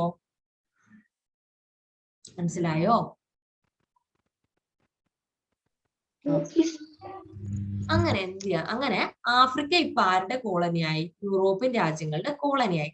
അപ്പൊ ഇങ്ങനെ ഇവരെന്ത് വിചാരിക്കും? ഇവർക്ക് ലാഭമാണ്, ഇവർക്ക് ഇവിടെ എല്ലാ കാര്യങ്ങളും കിട്ടുന്നുണ്ട്, അവർക്ക് ചീപ്പ് ലേബേഴ്സിന് കിട്ടുന്നുണ്ട്, വേണ്ടത്രയും റോ മെറ്റീരിയൽസ് കിട്ടുന്നുണ്ട്, പിന്നെ അവരുടെ നേരത്തെ അവർ ഉണ്ടാക്കിയിട്ടുള്ള പ്രോഡക്റ്റ്, അതായത് ഫാക്ടറികളിൽ കുമിഞ്ഞു കൂടിയിട്ടുള്ള കാര്യങ്ങളൊക്കെ ഇവിടെ സെയിൽ ചെയ്യാനും പറ്റി. പിന്നെ എന്ത് ചെയ്യാൻ തുടങ്ങി? അതായത് ആഫ്രിക്കക്കാർ ആദ്യമായിട്ടാണ് ഇതേപോലെ മെഷീൻ മെയ്ഡ് ആയിട്ടുള്ള പ്രോഡക്റ്റ് ഒക്കെ കാണുന്നത്. പെട്ടെന്ന് തന്നെ സെയിൽ ചെയ്ത് പോയി. പിന്നെ ഇവര് എന്ത് ചെയ്യാൻ തുടങ്ങി? ഇവിടുന്ന് റോ മെറ്റീരിയൽസ് കളക്ട് ചെയ്തിട്ട് അങ്ങ് യൂറോപ്പിൽ എത്തിച്ചിട്ട് അവിടുന്ന് ഫിനിഷ്ഡ് ഗുഡ്സ് ആക്കിയിട്ട്, അതായത് പിന്നെ ഉൽപ്പന്നങ്ങളാക്കിയിട്ട് ഇങ്ങോട്ട് വന്ന് വിറ്റയിക്കുക എന്ന് പറയുമ്പോൾ അത് ഒരുപാട് ലാഗിങ് ആയി. അല്ലെ, ലാഗിങ് ആവൂലേ? അന്ന് ഇന്നത്തെ പോലെ ഫ്ലൈറ്റും കാര്യങ്ങളും ഒന്നുമില്ല. ഒരുപാട് ടൈം എടുക്കും ഇവിടുന്ന് റോ മെറ്റീരിയൽസ് അങ്ങ് യൂറോപ്പിൽ എത്തിച്ച്, യൂറോപ്പിൽ നിന്ന് ഫിനിഷ്ഡ് പ്രോഡക്റ്റ് ആയിട്ട് ഇങ്ങ് എത്തിച്ച് എന്റെ ഇവിടുന്ന് സെയിൽ ചെയ്യാന്നൊക്കെ പറയുന്നത് ഒരുപാട് ലാഗിങ് ആവും. അല്ലെ? അത്രയും കാലത്ത് ഇവർക്ക് എന്താ ലാഭമൊന്നും കിട്ടാത്തൊരവസ്ഥയല്ല. റോ മെറ്റീരിയൽസ് ഒരുപാട് കളക്ട് ചെയ്തിട്ട് അങ്ങോട്ടേക്ക് കയറ്റുകയാണെങ്കിൽ തന്നെ ഈ കപ്പൽ വഴിയൊക്കെയാണ് കയറ്റുക. അപ്പൊ കപ്പൽ വഴിയൊക്കെ കയറ്റുമതി ചെയ്യുമ്പോൾ ഒരുപാട് മാസങ്ങളൊക്കെ പിടിക്കും അങ്ങോട്ട് എത്താൻ വേണ്ടിയിട്ട്. അപ്പൊ അങ്ങോട്ട് എത്തി അവിടുന്ന് പ്രോഡക്റ്റ് ആക്കിയിട്ട് ഇങ്ങോട്ടേക്ക് എത്തിക്കാനും വീണ്ടും മാസങ്ങൾ പിടിക്കും. അപ്പൊ ഇങ്ങനെ ഒരുപാട് ടൈം ലാഗിങ് വരാൻ തുടങ്ങി. അപ്പൊ ഈ ക്യാപിറ്റലിസ്റ്റേഴ്സ് എന്ത് ചെയ്തു എന്ന് വെച്ചാല്, ഈ ഇവർക്ക് കിട്ടിയ ആഫ്രിക്കൻ കോളനികളിൽ തന്നെ ഇവരെന്ത് ചെയ്യാൻ തുടങ്ങി? ഇവരുടെ ഫാക്ടറികൾ തുടങ്ങി. അതായത് അവിടെ ഫാക്ടറി തുടങ്ങി. അപ്പൊ എന്താവും? അവിടെ ഫാക്ടറി തുടങ്ങി കഴിഞ്ഞാൽ അവിടുന്ന് റോ മെറ്റീരിയൽസ് എടുത്ത് അവരുടെ ഫാക്ടറി, അവിടുത്തെ ഫാക്ടറി തന്നെ ഉണ്ടാക്കി അവിടുന്ന് പ്രോഡക്റ്റ് ആക്കിയിട്ട് അവിടെ തന്നെ സെയിൽ ചെയ്യാം. ഇതായിരുന്നു അവരുടെ ഉദ്ദേശം എന്ന് പറയുന്നത്. മനസ്സിലായോ? ഇല്ലേ? അങ്ങനെ അവിടെ തന്നെ പ്രോഡക്റ്റ് ഉണ്ടാക്കി അവിടെ തന്നെ വിൽക്കാൻ തുടങ്ങി. അവിടെ ഫാക്ടറി തുടങ്ങി, അവിടെ തന്നെ റോ മെറ്റീരിയൽസ് കളക്ട് ചെയ്യും, അവരുടെ ഫാക്ടറിയിൽ അവിടുത്തെ ഫാക്ടറി തന്നെ കൊണ്ടുപോയിട്ട് ഫിനിഷ്ഡ് ഗുഡ്സ് ആക്കിയിട്ട് പിന്നെ എന്ത് ചെയ്യാൻ തുടങ്ങും? അവിടുത്തെ മാർക്കറ്റിൽ തന്നെ സെയിൽ ചെയ്യാൻ തുടങ്ങി. അങ്ങനെ സെയിൽ ചെയ്യാൻ തുടങ്ങിയപ്പോ ഇവർക്ക് എന്ത് ചെയ്ത്, അതായത് ഇങ്ങനെ സെയിൽ ചെയ്ത് നല്ല ലാഭം ഉണ്ടായി. അതായത് നേരത്തെ ഇവർ വന്നത് ഒരു കച്ചവടം അല്ലെങ്കിൽ ഇവർക്ക് ലാബേഴ്സിനെ കിട്ടുക എന്നൊരു പർപ്പസിന് വേണ്ടിയിട്ടായിരുന്നു. പക്ഷെ ഇവരെന്ത് ചെയ്യാൻ തുടങ്ങി? ഇപ്പൊ എന്ത് ചെയ്യാൻ തുടങ്ങി? ക്രമേണ അവിടുത്തെ അധികാരങ്ങൾ പിടിച്ചെടുത്ത് വരികയാണ്. അവിടെ ഫാക്ടറി ഒക്കെ തുടങ്ങുകയാണ്. അപ്പൊ ഈ ഫാക്ടറി ഒക്കെ തുടങ്ങി റോ മെറ്റീരിയൽസ് ഒക്കെ ഇവര് ആദ്യമൊക്കെ നല്ല രീതിയിൽ വാങ്ങിച്ചു കൊണ്ടിരുന്ന ഇവര് പിന്നീട് എന്ത് ചെയ്യാൻ തുടങ്ങി? ഇവരുടെ രാഷ്ട്രീയ അധികാരവും അതേപോലെ തന്നെ സൈനിക ഫോഴ്സ്, അതായത് മിലിറ്ററി ഫോഴ്സ് ഒക്കെ ഉപയോഗിച്ച്, സൈനിക ശക്തിയൊക്കെ ഉപയോഗിച്ചിട്ട് ഈ ആഫ്രിക്കയെ എന്ത് ചെയ്യാൻ തുടങ്ങി? തങ്ങളുടെ അധീനതയിലാക്കാൻ തുടങ്ങി. അങ്ങനെ ഈ കൊളോണൈസേഷൻ ആദ്യം കോളനിയാക്കി മാറ്റി, പിന്നെ എന്ത് ചെയ്യാൻ തുടങ്ങുകയാണ്? ഈ കോളനി അങ്ങോട്ട് ഇമ്പീരിയലിസം അല്ലെങ്കിൽ സാമ്രാജ്യത്വത്തിലോട്ട് പോവാണ്. സാമ്രാജ്യത്വത്തിലോട്ട് പോകുന്നത്, സാമ്രാജ്യത്വം എന്ന് പറഞ്ഞാൽ എന്താണ്? ഒരു രാജ്യം മറ്റൊരു രാജ്യത്തിന് മേൽ അവകാശ നിയന്ത്രണവും, ആ അവകാശ നിയന്ത്രണം എന്ന് പറയുന്നത് എല്ലാ തരത്തിലുള്ള നിയന്ത്രണവും മറ്റൊരു രാജ്യത്തിന്റെ എല്ലാ അധികാരവും ആര് പിടിച്ചെടുക്കുക? വേറൊരു രാജ്യം പിടിച്ചെടുക്കുക. ഇതിനെയാണ് നമ്മൾ എന്ത് പറയുന്നത്? സാമ്രാജ്യത്വം അഥവാ ഇമ്പീരിയലിസം എന്ന് പറയുന്നത്. അതായത് ഒരു രാജ്യം മറ്റൊരു രാജ്യത്തിന് മേൽ അവകാശ നിയന്ത്രണവും ഭരണവും ഒക്കെ സ്ഥാപിക്കുന്നതിനെയാണ് സാമ്രാജ്യത്വം എന്ന് പറയുന്നത്. Imposing A nation political dominance, cultural dominance, എല്ലാ ഡോമിനൻസും മറ്റൊരു അതർ നാഷന്റെ മുകളിൽ ഇമ്പോസ് ചെയ്യുന്നതിനെയാണ് എന്ത് പറയുന്നത്? സാമ്രാജ്യത്വം അഥവാ ഇമ്പീരിയലിസം എന്ന് പറയുന്നത്. അങ്ങനെ നിലവിൽ നമ്മൾ ഇൻഡസ്ട്രിയൽ റവല്യൂഷൻ പറഞ്ഞു, ക്യാപിറ്റലിസ്റ്റേഴ്സിന്റെ കോമ്പറ്റീഷൻ പറഞ്ഞു, അത് കോളനികളെ തേടിയിട്ടുള്ള അവരുടെ പോക്കായി. അങ്ങനെ ആഫ്രിക്ക എന്ന് പറയുന്ന കോളനി കിട്ടി. അങ്ങനെ ആ കൊളോണൈസേഷൻ തുടങ്ങി. കൊളോണൈസേഷന് ഇമ്പീരിയലിസത്തിലോട്ട് പോവാണ്. ഇമ്പീരിയലിസത്തിലോട്ട് പോകുമ്പോൾ അവരെന്ത് ചെയ്യാൻ തുടങ്ങി? അവരുടെ പൊളിറ്റിക്കൽ പവറും മിലിറ്ററി ഫോഴ്സും ഒക്കെ ഉപയോഗിച്ചിട്ട് അവരുടെ അധീനതയിലാക്കാൻ തുടങ്ങി ഈ ആഫ്രിക്കയെ. ആഫ്രിക്ക മാത്രമല്ല, ഏഷ്യയിലെ ഇന്ത്യ പോലെ, പിന്നെ ലാറ്റിൻ അമേരിക്ക, ഇതൊക്കെ ആരുടെ കോളനി ആയിരുന്നു? ഈ യൂറോപ്യന്മാരുടെ കോളനി ആയിരുന്നു. നമ്മളിപ്പോ ഈ ചാപ്റ്ററിൽ ആഫ്രിക്കയുടെ കാര്യമാണ് പറയുന്നത്. അപ്പൊ ഓക്കെ, അപ്പൊ ഇങ്ങനെ ഇമ്പീരിയലിസത്തിലോട്ട് പോയി. അപ്പൊ ഇമ്പീരിയലിസത്തിലോട്ട് പോകുന്ന സമയത്ത് അതായത് ഒരുപാട് പ്രശ്നങ്ങൾ ഉണ്ടാവും. അതായത് സ്വന്തം നാട്ടിലുള്ള ആൾക്കാർക്ക് വേറൊരു രാജ്യം ഇവിടെ വന്നിട്ട് ഭരിക്കാൻ തുടങ്ങുന്ന സമയത്ത് നമുക്കറിയാം ഇന്ത്യയുടെ അവസ്ഥ. നിങ്ങൾ ആലോചിച്ച് നോക്കിയാൽ മതി. ഇന്ത്യയിൽ ബ്രിട്ടീഷുകാർ വന്നിട്ട് ഇവിടെ അവരുടെ ഈസ്റ്റ് ഇന്ത്യ കമ്പനി സ്ഥാപിച്ചു. ഈസ്റ്റ് ഇന്ത്യ കമ്പനി ഭരിക്കാൻ തുടങ്ങിയ ആ ഒരു സമയമാകുമ്പോൾ നമ്മുടെ അവസ്ഥ എന്തായിരുന്നു? നമ്മൾ അവർക്ക് ടാക്സ് കൊടുക്കണം. അതായത് നമ്മുടെ ഇന്ത്യക്കാരെ അവർ കറുത്ത വർഗ്ഗക്കാരായിട്ട് കണക്കാക്കി എല്ലാ തരത്തിലുള്ള ഒരു സോഷ്യൽ ഡിസ്ക്രിമിനേഷൻ അവർ കണ്ടു. നമുക്ക് ജോലിയിലും എല്ലാ തരത്തിലും വേർതിരിവുണ്ടായി. നമ്മൾ അവരെ ഒരു അടിമകളെ പോലെ അവരെന്ത് ചെയ്തു? നമ്മളെ കണ്ടു. അങ്ങനെ ഒരുപാട് പ്രശ്നങ്ങൾ നമ്മൾ ഫേസ് ചെയ്തിട്ടാണ് നമുക്ക് 1947 ഇൻഡിപെൻഡൻസ് കിട്ടുന്നത്, സ്വാതന്ത്ര്യം കിട്ടുന്നത്, ഫ്രീഡം കിട്ടുന്നത്. അപ്പൊ അതേപോലെ തന്നെ ഇവരെന്ത് ചെയ്യാൻ തുടങ്ങി, ആഫ്രിക്കയുടെ മേലെ ഇമ്പീരിയലിസം അങ്ങോട്ട് തുടങ്ങി. ഇമ്പീരിയലിസം തുടങ്ങിയപ്പോ ഒരുപാട് പ്രശ്നങ്ങൾ അവർ ഫേസ് ചെയ്യാൻ തുടങ്ങി. കാരണം എന്താണ്, അവരുടെ അതായത് എല്ലാം ഇവര് പറയുന്നത് പോലെ മറ്റുള്ളവർ കേൾക്കുക. അതായത് ആഫ്രിക്ക ഇപ്പൊ യൂറോപ്യൻ രാജ്യങ്ങൾ അവരുടെ കോളനി, അതായത് ആഫ്രിക്ക ഇങ്ങനെ വീതം വെച്ചെടുക്കാണ്. അപ്പൊ ഓരോ ഭാഗങ്ങളും ഓരോ യൂറോപ്യൻ കൺട്രീസ് ആണ് ഭരിക്കുന്നത്. അവര് പറയുന്നത് പോലെ കേൾക്കേണ്ട അവസ്ഥയാണ് ഇപ്പൊ ആർക്കുള്ളത്, ആഫ്രിക്കക്കുള്ളത്. അങ്ങനെ ഇമ്പീരിയലിസം സ്റ്റാർട്ട് ചെയ്തതോടുകൂടി ഒരുപാട് പ്രശ്നങ്ങൾ ഈ ആഫ്രിക്കയിലെ ജനങ്ങൾ ഫേസ് ചെയ്യാൻ തുടങ്ങി. എന്താണ്, അവരുടെ ഭാഷയിൽ മാറ്റം വന്നു, സംസ്കാരത്തിൽ മാറ്റം വന്നു, അവരുടെ സാമ്പത്തിക വ്യവസ്ഥ തന്നെ തകർന്നു, അല്ലെ? ഇപ്പൊ എല്ലാം കൺട്രോൾ ചെയ്യുന്നത് ആരാണ്, ഈ യൂറോപ്യൻ രാജ്യങ്ങളാണ് കൺട്രോൾ ചെയ്യുന്നത്. അവിടെ തൊഴിലില്ലായ്മ വന്നു, ഭക്ഷ്യക്ഷാമം വന്നു. തൊഴിലില്ലായ്മ വന്നെന്നാണ് ഇവിടെ മെഷീൻസ് കൊണ്ടുവന്നു. മെഷീൻസ് കൊണ്ട് ഇൻഡസ്ട്രിയിൽ പ്രൊഡക്റ്റ് ഉണ്ടാക്കുന്ന സമയമാകുമ്പോഴത്തേക്കും ഒരുപാട് ആൾക്കാർക്ക് അതുവരെ കരകൗശലമായിട്ടും കാർഷിക വേളയിലൊക്കെ ഏർപ്പെട്ടിട്ടാണ് ഈ ആഫ്രിക്കയിലെ ജനങ്ങൾ ജീവിതം നിലനിർത്തി പോന്നിരുന്നത്. പക്ഷെ ഇവിടെ എന്തായെന്ന് വെച്ചാല്, ഇവിടെ ഫാക്ടറി കൊണ്ടുവന്നു, ആ കൃഷിഭൂമികളൊക്കെ ഇവരെന്താക്കി മാറ്റിയിട്ട് അത്തരത്തിലുള്ള വലിയ സ്ഥലങ്ങളിലൊക്കെയാണ് ഇവര് വിശാലമായിട്ടുള്ള ഫാക്ടറികൾ കൊണ്ടുവരുന്നത്.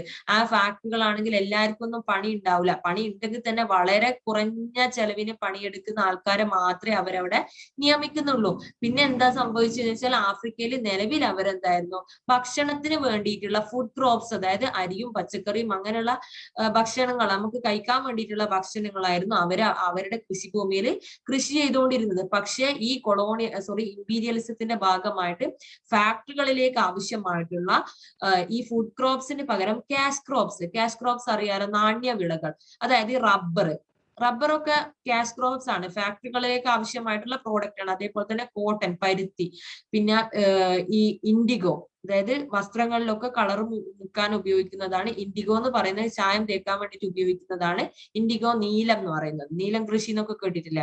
അപ്പൊ ഇവരുടെ നിലവിൽ ഇവർ ഫുഡ് ക്രോപ്സ് ഒക്കെ കൃഷി ചെയ്യുന്ന, ഭക്ഷ്യധാന്യങ്ങളൊക്കെ കൃഷി ചെയ്തിരുന്ന ഭൂമിയിൽ എന്ത് കൃഷി ചെയ്യാൻ നിർബന്ധിതരായി, ക്യാഷ് ക്രോപ്സ്, അതായത് നാണ്യവിളകൾ, റബ്ബർ, അതേപോലെ തന്നെ ഈ കശുവണ്ടിയൊക്കെ ഇവർക്ക് ബിസ്ക്കറ്റ് അങ്ങനത്തെ പ്രോഡക്റ്റ് ഒക്കെ ഉണ്ടാക്കാൻ വേണ്ടിയിട്ട്, റബ്ബർ എന്ന് പറയുമ്പോൾ റബ്ബർ കൊണ്ട് ഒരുപാട് പ്രോഡക്റ്റ് ഉണ്ടാക്കാൻ പറ്റുമല്ലോ. അതേപോലെ തന്നെ വസ്ത്രത്തിന് വേണ്ടിയിട്ട് പരുത്തി, കോട്ടൺ ഒക്കെ ഉണ്ടാക്കേണ്ട അവസ്ഥ. നിലവിൽ ഇവർക്ക് ഭക്ഷണത്തിന് വേണ്ടിയിട്ടുള്ള ഒരു കൃഷിഭൂമിയൊന്നും ഇല്ലാതെ അങ്ങനെ പട്ടിണിയായി, ക്ഷാമമായി, പ്രശ്നങ്ങളായി, ഇങ്ങനെ ഒരുപാട് കാര്യങ്ങളെ ആഫ്രിക്കയിലെ ആൾക്കാർ ഫേസ് ചെയ്യാൻ തുടങ്ങി. നമുക്കിനി ഒന്ന് സ്ക്രീൻ ഷെയർ ചെയ്യാം, അപ്പൊ നിങ്ങൾക്ക് കൂടുതൽ മനസ്സിലാവും. ഷെയർ ചെയ്യട്ടെ? Okay, miss.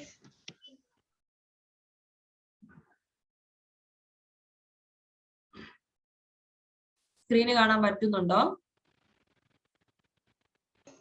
Yes.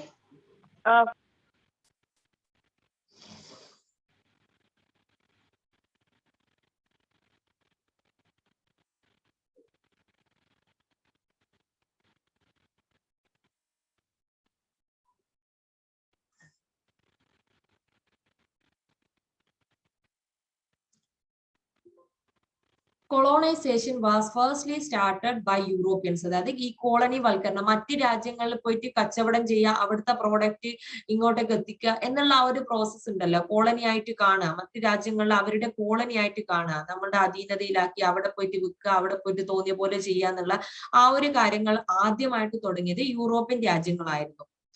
അത് മനസ്സിലാക്കാം. പിന്നെ പറയുന്നത്, colonialisation is the practice of exploiting the resources and labours of a country to gain profit after conquering the country by using political and military powers. അതായത് ഒരു രാജ്യത്തെ രാജ്യങ്ങൾ ഇങ്ങനെ പിടിച്ചെടുക്കുക, എന്നിട്ട് പിടിച്ചെടുത്തിട്ട് എന്ത് ചെയ്യുക, അവിടുത്തെ നാച്ചുറൽ റിസോഴ്സും അതേപോലെ തന്നെ അവിടുത്തെ തൊഴിലാളികളെയൊക്കെ എന്ത് ചെയ്യുക, ചൂഷണം ചെയ്യുക. എങ്ങനെയൊക്കെയാണ് ചൂഷണം ചെയ്യുന്നത്? അതിനു വേണ്ടിയിട്ട്, ഇത്തരത്തിൽ ചൂഷണം ചെയ്യാൻ വേണ്ടിയിട്ട് പൊളിറ്റിക്കൽ, രാഷ്ട്രീയ അധികാരം, അതേപോലെ തന്നെ സൈനിക ശക്തിയൊക്കെ ഉപയോഗിച്ചിട്ട് മറ്റു രാജ്യത്തെ പിടിച്ചെടുത്തിട്ട് അവിടുത്തെ നാച്ചുറൽ റിസോഴ്സസും അതേപോലെ തന്നെ പ്രകൃതി വിഭവങ്ങളും അവിടുത്തെ തൊഴിലാളികളെയും ചൂഷണം ചെയ്യുക. ഈ ഒരു കാര്യത്തിനെയാണ് നമ്മൾ എന്ത് പറയുന്നത്, കൊളോണൈസേഷൻ, കോളനി വൽക്കരണം എന്ന് പറയുന്നത്. രാഷ്ട്രീയവും സൈനികവുമായിട്ടുള്ള അധികാരങ്ങൾ ഉപയോഗപ്പെടുത്തി ഒരു രാജ്യം മറ്റൊരു രാജ്യത്തെ കീഴടക്കിയ ശേഷം തങ്ങളുടെ സാമ്പത്തിക നേട്ടം ലക്ഷ്യമാക്കി അവിടുത്തെ വിഭവങ്ങളും തൊഴിലും ചൂഷണം ചെയ്യുന്ന രീതിയാണ് കോളനി വൽക്കരണം. പിന്നെ നമ്മൾ പറയുന്നത് ഇൻഡസ്ട്രിയൽ റവല്യൂഷൻ സ്റ്റാർട്ട് ചെയ്തത് ഇംഗ്ലണ്ടിലായിരുന്നു. അത് 18ാം നൂറ്റാണ്ടിലാണെന്ന് പറഞ്ഞിട്ടുണ്ട്. Small workers in Europe before industrial revolution, അതായത് ഇൻഡസ്ട്രിയൽ റവല്യൂഷൻ വ്യവസായ വിപ്ലവം നടക്കുന്നതിന് മുമ്പ് എങ്ങനെയായിരുന്നു സ്മോൾ വർക്കേഴ്സ് വർക്ക്ഷോപ്സ്, അതായത് ചെറിയ ചെറിയ വർക്ക്ഷോപ്പുകളായിരുന്നു യൂറോപ്പിൽ ഉണ്ടായിരുന്നത്. ആ വർക്ക്ഷോപ്പിൽ ചിലപ്പോൾ എന്തായിരുന്നു, ചിലപ്പോൾ ഫാമിലിയിലുള്ള ആൾക്കാർ തന്നെ ആയിരിക്കും, അച്ഛൻ, അമ്മ, അതേപോലെ തന്നെ മക്കള്, ഇവരൊക്കെ കൂടിയിട്ട് ഓരോ അതായത് ഒരു വർക്ക്ഷോപ്പ് ഉണ്ടാവും. ചിലപ്പോൾ കുറച്ച് വീടുകൾ കൂടിയിട്ടുള്ള വർക്ക്ഷോപ്പ്, അല്ലെങ്കിൽ വീടുകൾ തന്നെ ഉൽപ്പന്നങ്ങൾ ഉണ്ടാക്കുന്ന ഒരു അവസ്ഥയായിരുന്നു ഉണ്ടായിരുന്നത് before the coming of industrial revolution. Industrial revolution വരുന്നതിന് മുമ്പ് ഉള്ള അവസ്ഥയാണ് പറയുന്നത്. അപ്പോ അതിനുശേഷം വന്നതിന് ശേഷം new machines and technologies were introduced in Europe in 18th century. 18th സെഞ്ചുറിയിൽ പുതിയ പുതിയ മെഷീൻസും അതേപോലെ തന്നെ ടെക്നോളജിയും ഒക്കെ എന്ത് ചെയ്യാൻ തുടങ്ങി, വരാൻ തുടങ്ങി, ഇൻട്രൊഡ്യൂസ് ആവാൻ തുടങ്ങി, പ്രാബല്യത്തിൽ വരാൻ തുടങ്ങി. എപ്പോഴാണ്? 18ാം നൂറ്റാണ്ടിൽ. ആദ്യമായിട്ട് വന്നത് ഇംഗ്ലണ്ട് ആണ് കേട്ടോ. Small scale production transformed into factory system, അതായത് ചെറിയ ചെറിയ കുടിൽ വ്യവസായങ്ങളിൽ ഉണ്ടായിരുന്ന ആ ഒരു പ്രൊഡക്ഷൻ ഇങ്ങോട്ടേക്ക് മാറി ഫാക്ടറികളിലോട്ട് മാറി, വലിയ വലിയ ഫാക്ടറികളിലോട്ട് മാറി. ഇൻഡസ്ട്രിയൽ റവല്യൂഷൻ, വ്യവസായ വിപ്ലവം വന്നതോട് കൂടിയിട്ട്. മനസ്സിലാവുന്നുണ്ടല്ലോ? Factory system increased the number of production, അതായത് ഉൽപ്പന്നങ്ങൾ ഫാക്ടറികളിലോട്ട് മാറ്റി അവിടെ വെച്ച് ഉൽപ്പാദിപ്പിക്കുമ്പോൾ എന്ത് ചെയ്യാൻ തുടങ്ങി, ഉൽപാദനം എന്ത് ചെയ്യാൻ തുടങ്ങി, നല്ല രീതിയിൽ ഉയരാൻ തുടങ്ങി, വർധനവ് ഉണ്ടാകാൻ തുടങ്ങി, ഉൽപ്പന്നത്തിൽ നല്ല രീതിയിൽ വർധനവ് ഉണ്ടാവാൻ തുടങ്ങി. Industrial revolution started in England, ആദ്യമായിട്ട് സ്റ്റാർട്ട് ചെയ്തത് എവിടെയാണ്? ഇംഗ്ലണ്ടിലാണ്. പിന്നെ എന്ത് ചെയ്യാൻ തുടങ്ങി, industrial revolution gradually spread to other European parts. Gradually പിന്നെ ക്രമേണ എന്ത് ചെയ്യാൻ തുടങ്ങി, മറ്റു യൂറോപ്യൻ രാജ്യങ്ങളിലും ഈ ഇൻഡസ്ട്രിയൽ റവല്യൂഷൻ എന്ത് ചെയ്യാൻ തുടങ്ങി, സ്പ്രെഡ് ആവാൻ തുടങ്ങി. അങ്ങനെ സ്പ്രെഡ് ആവാൻ തുടങ്ങിയപ്പോൾ factory system led to capitalism. ഇങ്ങനെ ഫാക്ടറിയിൽ വെച്ചിട്ട് ഉൽപാദനം ഉണ്ടാക്കുന്ന സമയം ആയപ്പോഴേക്കും ക്യാപിറ്റലിസം, മുതലാളിമാരുടെ ആ ഒരു മുതലാളിത്തം എന്ന ആ ഒരു രീതിയിലോട്ട് പോയി. ഫാക്ടറി സമ്പ്രദായം മുതലാളിത്തത്തിലേക്ക് നയിച്ചു. മുതലാളിത്തം എന്ന് പറയുന്നത് എന്താണെന്നറിയാലോ? മുതലാളിമാർക്ക് മാത്രമേ ഇത്തരത്തിൽ ഫാക്ടറികളൊക്കെ തുടങ്ങാൻ പറ്റുള്ളൂ. എന്നിട്ട് അവർക്ക് മാത്രമേ അവിടെ വേണ്ട കാര്യങ്ങളൊക്കെ ഇൻവെസ്റ്റ് ചെയ്യാൻ പറ്റുള്ളൂ. എന്നിട്ട് അവരുടെ അതായത് distribution, production and distribution are controlled by the capitalists. അങ്ങനെ പ്രൊഡക്ഷനും ഡിസ്ട്രിബ്യൂഷനും സ്വന്തം കൺട്രോളിൽ വെച്ചിട്ട് എല്ലാം ഇൻവെസ്റ്റ് ചെയ്യും, വേണ്ട കാര്യങ്ങളൊക്കെ ചെയ്തു കൊടുക്കുന്ന, നിങ്ങൾക്ക് അറിയാലോ ആരായിരിക്കും മുതലാളിമാരെന്നുള്ളത്. അപ്പൊ അത്തരത്തിലുള്ള ആൾക്കാരെയാണ് നമ്മൾ എന്ത് പറയുന്നത്, ക്യാപിറ്റലിസ്റ്റേഴ്സ് എന്ന് പറയുന്നത്, അല്ലെങ്കിൽ ക്യാപിറ്റലിസം എന്ന് പറയുന്നത്. Many capitalists invested capital to industrial section, അതായത് അവരെന്ത് ചെയ്യാൻ തുടങ്ങി, അവരുടെ മൂലധനം ഇൻഡസ്ട്രിയിലോട്ട്, ഫാക്ടറിയിലോട്ട് അവരെന്ത് ചെയ്യാൻ തുടങ്ങി, ഇൻവെസ്റ്റ് ചെയ്യാൻ തുടങ്ങി. മൂലധനം എന്ന് ഉദ്ദേശിക്കുന്നത് റോ മെറ്റീരിയൽസും അതേപോലെ വേണ്ട മെഷീൻസ് എത്തിച്ചു കൊടുക്കുക, അവിടെ വേണ്ടിയിട്ടുള്ള കാര്യങ്ങൾ, ഫാക്ടറികളിൽ എന്തൊക്കെ സാധനങ്ങൾ ആവശ്യമാണ് ഉൽപ്പന്നങ്ങൾ ഉണ്ടാക്കാൻ വേണ്ടിയിട്ട്, അത്തരത്തിലുള്ള കാര്യങ്ങളൊക്കെ എത്തിച്ചു കൊടുക്കുന്നതാണ് ഇവിടെ മൂലധനം അല്ലെങ്കിൽ ഇൻവെസ്റ്റ്മെന്റ് എന്നുകൊണ്ട് ഉദ്ദേശിക്കുന്നത്. അതിപ്പം അതായത് ഉപകരണങ്ങളായിക്കോട്ടെ, പണത്തിന്റെ പേരിലായിക്കോട്ടെ, അല്ലെങ്കിൽ റോ മെറ്റീരിയൽസിന്റെ പേരിലായിക്കോട്ടെ, എന്തെന്നെ ആയിക്കോട്ടെ, അതിനെ മൊത്തത്തിൽ പറയുന്നതാണ് മലയാളത്തിലാണെങ്കിൽ മൂലധനം, ഇംഗ്ലീഷിലാണെങ്കിൽ ഇൻവെസ്റ്റ് എന്ന് പറയുന്നത്. The ultimate aim of the capitalists were profit, അതായത് പ്രോഫിറ്റ് ഇൻക്രീസ് ചെയ്യുക, എത്രയും പ്രോഫിറ്റ് ഇൻക്രീസ് ചെയ്യുക എന്നതാണ് ഈ മുതലാളിമാരുടെ ഒരു എയിം, ഏറ്റവും വലിയൊരു ലക്ഷ്യം എന്ന് പറയുന്നത്. ഒരാൾ ഒരു പ്രോഡക്റ്റ് ഉണ്ടാക്കി കഴിഞ്ഞാൽ അതിനെക്കാട്ടിലും കുറച്ചുകൂടി മാറ്റം വരുത്തിയിട്ടല്ലേ, ഒരു 10 ഉണ്ടാക്കി കഴിഞ്ഞാൽ ഇപ്പുറത്ത് 20 ഉണ്ടാക്കാം. അങ്ങനെ പ്രോഫിറ്റ് ഇൻക്രീസ് ചെയ്യുക എന്നുള്ള ഒരു ലക്ഷ്യം മാത്രമേ ഇവർക്ക് ഉണ്ടായിരുന്നുള്ളൂ, ഈ ക്യാപിറ്റലിസ്റ്റേഴ്സിന് ഉണ്ടായിരുന്നുള്ളൂ. സാമ്പത്തിക ലാഭം ലക്ഷ്യമാക്കി ഉൽപാദനവും വിതരണവും മുതലാളിമാർ നിയന്ത്രിച്ചിരുന്ന സമ്പദ് വ്യവസ്ഥയാണ് മുതലാളിത്തം എന്ന് പറയുന്നത്. Capitalism is the economic system, അതൊരു ഇക്കണോമിക് സിസ്റ്റം ആണ്. In which production and distribution are controlled by the capitalists with the aim of profit maximisation, അല്ലെങ്കിൽ with the aim of increase profit. Profit ഉണ്ടാക്കുക അല്ലെ ലാഭം ഉണ്ടാക്കുക എന്ന ലക്ഷ്യത്തോട് കൂടിയിട്ട് ഉൽപാദനവും വിതരണവും സ്വന്തം കൺട്രോളിൽ വെക്കുന്ന ആ ഒരു രീതിയെ, അല്ലെ ആ ഒരു ഇക്കണോമിക് സിസ്റ്റത്തെ, അല്ലെ സാമ്പത്തിക വ്യവസ്ഥയെയാണ് എന്ത് പറയുന്നത്, ഈ മുതലാളിത്ത സമ്പദ് വ്യവസ്ഥ അല്ലെങ്കിൽ മുതലാളിത്തം എന്ന് പറയുന്നത്. മനസ്സിലാവുന്നുണ്ടോ? സ്പീഡ് ഉണ്ടോ? സ്പീഡ് ഉണ്ടോ? Capitalists produced more goods to attain more profit. കൂടുതൽ ലാഭം പ്രതീക്ഷിച്ചിട്ട് മുതലാളിമാർ കൂടുതലായിട്ട് ഉൽപ്പന്നങ്ങൾ നടത്താൻ തുടങ്ങി. ഞാൻ നേരത്തെ പറഞ്ഞതാണ്, അങ്ങോട്ടും ഇങ്ങോട്ടും മത്സരിക്കാൻ തുടങ്ങി. അത് തന്നെയാണ് ഇവിടെ സൂചിപ്പിച്ചത്. This led to the overproduction and many goods remained unsold in factories. എന്ത് ചെയ്യാൻ തുടങ്ങി? അത് അമിത ഉൽപാദനത്തിലേക്ക് നയിക്കുകയും വാങ്ങാൻ ആളില്ലാതെ ഫാക്ടറികളിൽ സാധനം കെട്ടിക്കിടന്ന് ഇങ്ങനെ വിൽക്കപ്പെടാതെ ഇങ്ങനെ കെട്ടിക്കിടന്ന് കുമിഞ്ഞുകൂടാൻ കാരണമാവുകയും ചെയ്തു. ഇവർ തമ്മിലുള്ള മത്സരം ഓവർ പ്രൊഡക്ഷൻ, ഓവർ ഉൽപാദനം, അമിത ഉൽപാദനത്തിലേക്ക് നയിക്കുകയും ആ ഉൽപ്പന്നങ്ങൾ വിറ്റഴിക്കാൻ പറ്റാതെ ഇങ്ങനെ ഫാക്ടറികളിൽ തന്നെ കുമിഞ്ഞുകൂടുന്ന ഒരു അവസ്ഥയും ഉണ്ടായി. ഇതൊക്കെ ഓൾറെഡി പറഞ്ഞതാണ്. കുറച്ചുകൂടി നിങ്ങൾക്ക് മനസ്സിലായിക്കോട്ടെ എന്ന് വിചാരിച്ചിട്ടാണ് വീണ്ടും പറയുന്നത്. This overproduction forced the European to search for a new market. ഇത്തരത്തിലുള്ള ഈ ഒരു ഓവർ പ്രൊഡക്ഷൻ അവരെ എന്തിനു വേണ്ടിയിട്ട് പ്രേരിപ്പിച്ചു? പുതിയ മാർക്കറ്റുകൾ. കാരണം ഇത് വിറ്റഴിക്കണമല്ലോ, ഇത് വിറ്റഴിക്കാൻ വേണ്ടിയിട്ട് മാർക്കറ്റ് വേണമല്ലോ. അങ്ങനെ ഇങ്ങനെ ഓവർ പ്രൊഡക്ഷൻ, ഉൽപാദനത്തിൽ ഉണ്ടായിരുന്ന വർധനവും അതേപോലെ തന്നെ ഉൽപ്പന്നങ്ങൾ വിറ്റഴിക്കാതെ ഇങ്ങനെ കുമിഞ്ഞു കൂടുകയും ചെയ്തപ്പോ യൂറോപ്യൻ രാജ്യങ്ങളെ പുതിയ മാർക്കറ്റ് തേടിയിട്ട് അല്ലെ പുതിയ മാർക്കറ്റ് അന്വേഷിച്ച് പോകാൻ വേണ്ടിയിട്ട് പ്രേരിപ്പിച്ചു. Capital is also need to more raw materials for industrial production. അതായത് ഈ സാധനങ്ങൾ വിറ്റഴിക്കാതെ പോയത് എന്തുകൊണ്ടാണ്? പുതിയ പുതിയ പ്രോഡക്റ്റ്, സെയിം സാധനം തന്നെ ഇങ്ങനെ കുറെ ഉണ്ടാക്കിയതിനെ കൊണ്ട് ആളില്ല വാങ്ങിക്കാൻ. അപ്പൊ മാറ്റം വരുത്തണം, പ്രൊഡക്ഷനിൽ എന്തെങ്കിലും മാറ്റം വരുത്തണം. അപ്പൊ വെറൈറ്റി ആയിട്ടുള്ള റോ മെറ്റീരിയൽസ് കിട്ടുക തന്നെ വേണം. അങ്ങനെ എന്ത് ചെയ്യാൻ തുടങ്ങി? ഇവർക്ക് എന്തും കൂടെ വേണം, റോ മെറ്റീരിയൽസും കൂടെ വേണം. പുതിയ പ്രോഡക്റ്റ് ഉണ്ടാക്കണമെങ്കിൽ പുതിയ റോ മെറ്റീരിയൽസും കൂടെ വേണം.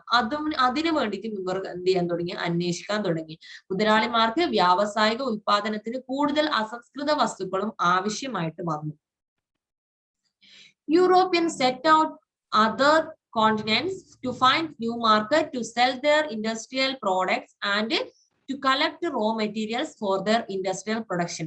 തങ്ങളുടെ ഉൽപ്പന്നങ്ങൾ വിറ്റഴിക്കാനുള്ള കമ്പോളങ്ങൾ തേടിയും വ്യാവസായിക ഉൽപാദനത്തിന് ആവശ്യമായിട്ടുള്ള അസംസ്കൃത വസ്തുക്കളുടെ ഉറവിടങ്ങൾ തേടിയും യൂറോപ്യന്മാർ മറ്റ് വൻകരകളിലോട്ട് യാത്ര തിരിച്ചു, അല്ലെ അന്വേഷിച്ചു പോകാൻ തുടങ്ങി. മറ്റ് വൻകര, ഏഷ്യൻ, ആഫ്രിക്കൻ വൻകരയിലോട്ടാണ് അവര് പ്രധാനമായിട്ടും വന്നിട്ടുള്ളത്, യൂറോപ്യൻ രാജ്യങ്ങൾ. അങ്ങനെ എന്ത് ചെയ്യാൻ തുടങ്ങി? അവർക്ക് പിന്നെ ലാഭമാണ് ലക്ഷ്യം. അങ്ങനെ ഇവരുടെ ഒരു പിക്ചർ ഞാൻ ഇതിൽ കൊടുത്താണ് കേട്ടോ.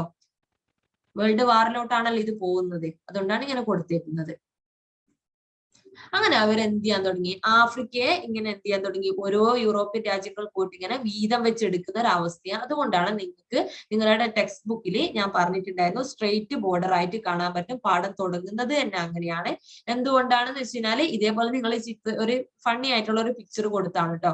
അങ്ങോട്ടും ഇങ്ങോട്ടും നമ്മൾ പിടിച്ച ഭാഗമാണ്, നമ്മളാണ് ഇവിടെ ഫസ്റ്റ് ആയിട്ട് എത്തിയത്, നമ്മളാണ് ആദ്യം ഇവിടെ കോൺക്രീറ്റ് ചെയ്തത് അല്ലെ ക്യാപ്ചർ ചെയ്തത്, അങ്ങനെ നമ്മുടെ ഏരിയ ആണ്. അങ്ങനെ അവർ തമ്മിൽ പരസ്പര ധാരണയുടെ അടിസ്ഥാനത്തിൽ അങ്ങോട്ടും ഇങ്ങോട്ടും മനസ്സിലാക്കാൻ വേണ്ടിയിട്ട് അവര് തന്നെ ആഫ്രിക്കയെ എന്ത് ചെയ്യാൻ തുടങ്ങി? വീതം വെച്ച് തുടങ്ങി. അങ്ങനെ അവര് ആണ് ഇങ്ങനെ എന്ത് ചെയ്ത് സ്ട്രെയിറ്റ് ആയിട്ട് ഇതിന്റെ ബോർഡർ മാറ്റിയതും. അതുകൊണ്ടാണ് ആഫ്രിക്കയുടെ മാപ്പിൽ നമ്മൾ എന്ത് കാണുന്നത്? ആഫ്രിക്കയുടെ ബോർഡർ ലൈനൊക്കെ സ്ട്രെയിറ്റ് ആയിട്ട് കാണപ്പെടുന്നത്. ജർമ്മനി, പിന്നെ ബ്രിട്ടൻ, ബെൽജിയം, ഫ്രാൻസ് ഇവരൊക്കെയാണ് ആഫ്രിക്കയെ പ്രധാനമായിട്ട് കോളനി ആക്കിയിട്ട് മാറ്റിയത് കേട്ടോ. This overproduction due to the industrial revolution led to colonization. അങ്ങനെ ആഫ്രിക്ക ആരുടെ കോളനി? ആഫ്രിക്ക മാത്രമല്ല, Asian, African, Latin America, India, അതേപോലെ തന്നെ ആഫ്രിക്ക ഒരുപാട് കോളനികൾ ഉണ്ട് കേട്ടോ. This overproduction due to the industrial revolution led to the colonization. വ്യാവസായ വിപ്ലവത്തെ തുടർന്നുണ്ടായ അമിതോൽപാദനമാണ് കോളനി വൽക്കരണത്തിലേക്ക് നയിച്ചത്. ശരിയല്ലേ?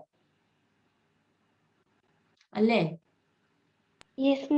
ഈ വ്യവസായ വിപ്ലവം വന്നതല്ല എല്ലാ പ്രശ്നങ്ങൾക്കും കാരണം.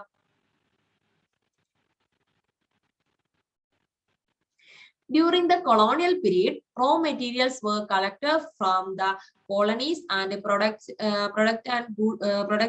in the factories in Europe and then sold the finished goods in the colonies. Colonial കാലഘട്ടത്തിൽ മുതലാളിത്ത ശക്തികൾ കോളനികളിൽ നിന്ന് അസംസ്കൃത വസ്തുക്കൾ ശേഖരിക്കുകയും ശേഷം യൂറോപ്പിലെ ഫാക്ടറികളിൽ വെച്ച് നിർമ്മാണം നടത്തുകയും തുടർന്ന് നിർമ്മിത വസ്തുക്കൾ കോളനികളിലേക്ക് തന്നെ കൊണ്ടുവന്ന് വിൽപ്പന നടത്തുകയും ചെയ്തു. അങ്ങനെയായിരുന്നു കൊളോണൈസേഷന്റെ ഒരു കാലം എന്ന് പറയുന്നത്. അവിടുന്ന് റോ മെറ്റീരിയൽസ് കളക്ട് ചെയ്യാം, എന്നിട്ട് തിരിച്ച് സ്വന്തം നാട്ടിലേക്ക് കൊണ്ടുപോവാ, അവിടുന്ന് ഫാക്ടറികളിൽ വെച്ചിട്ട് ഫിനിഷ്ഡ് ഗുഡ്സ് ആക്കിയിട്ട് പാക്ക് ചെയ്തിട്ട് തിരിച്ച് കോളനികളിലേക്ക് കൊണ്ടെത്തിക്കുക, എന്നിട്ട് അവിടെ വെക്കുക. അതായിരുന്നു കൊളോണൈസേഷൻ. പിന്നെ അവിടുന്ന് മാറിയിട്ട് ആ ഒരു സിസ്റ്റത്തിൽ നിന്ന് മാറിയിട്ട് അവിടെ തന്നെ ഫാക്ടറി തുടങ്ങി. എന്നിട്ട് അവിടെ തന്നെ ഫാക്ടറി തുടങ്ങിയപ്പോ വീണ്ടും ഇവർക്ക് പ്രോഫിറ്റ് കിട്ടാണ്. അതായത് ഇത്രയും ടൈം ലാഗ് പോയി, ലാഭം ഉണ്ടാക്കുക എന്നാണല്ലോ ഈ ക്യാപിറ്റലിസ്റ്റേഴ്സിന്റെ എയിം. അപ്പൊ പിന്നെ എന്ത് ചെയ്യുന്നു, അവിടെ തന്നെ ഫാക്ടറി തുടങ്ങിയപ്പോ അവർക്ക് വീണ്ടും ലാഭക്കൊതി.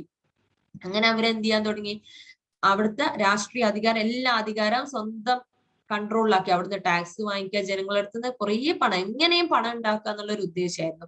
അങ്ങനെ നിലവിൽ ഇപ്പൊ നമ്മൾ എത്തിയിരിക്കുന്നത് കൊളോണൈസേഷനിലോട്ടാണ്. ഇനി നമ്മൾ ഇമ്പീരിയലിസത്തിലോട്ടാണ് പോകുന്നത്, അതായത് സാമ്രാജ്യത്വം.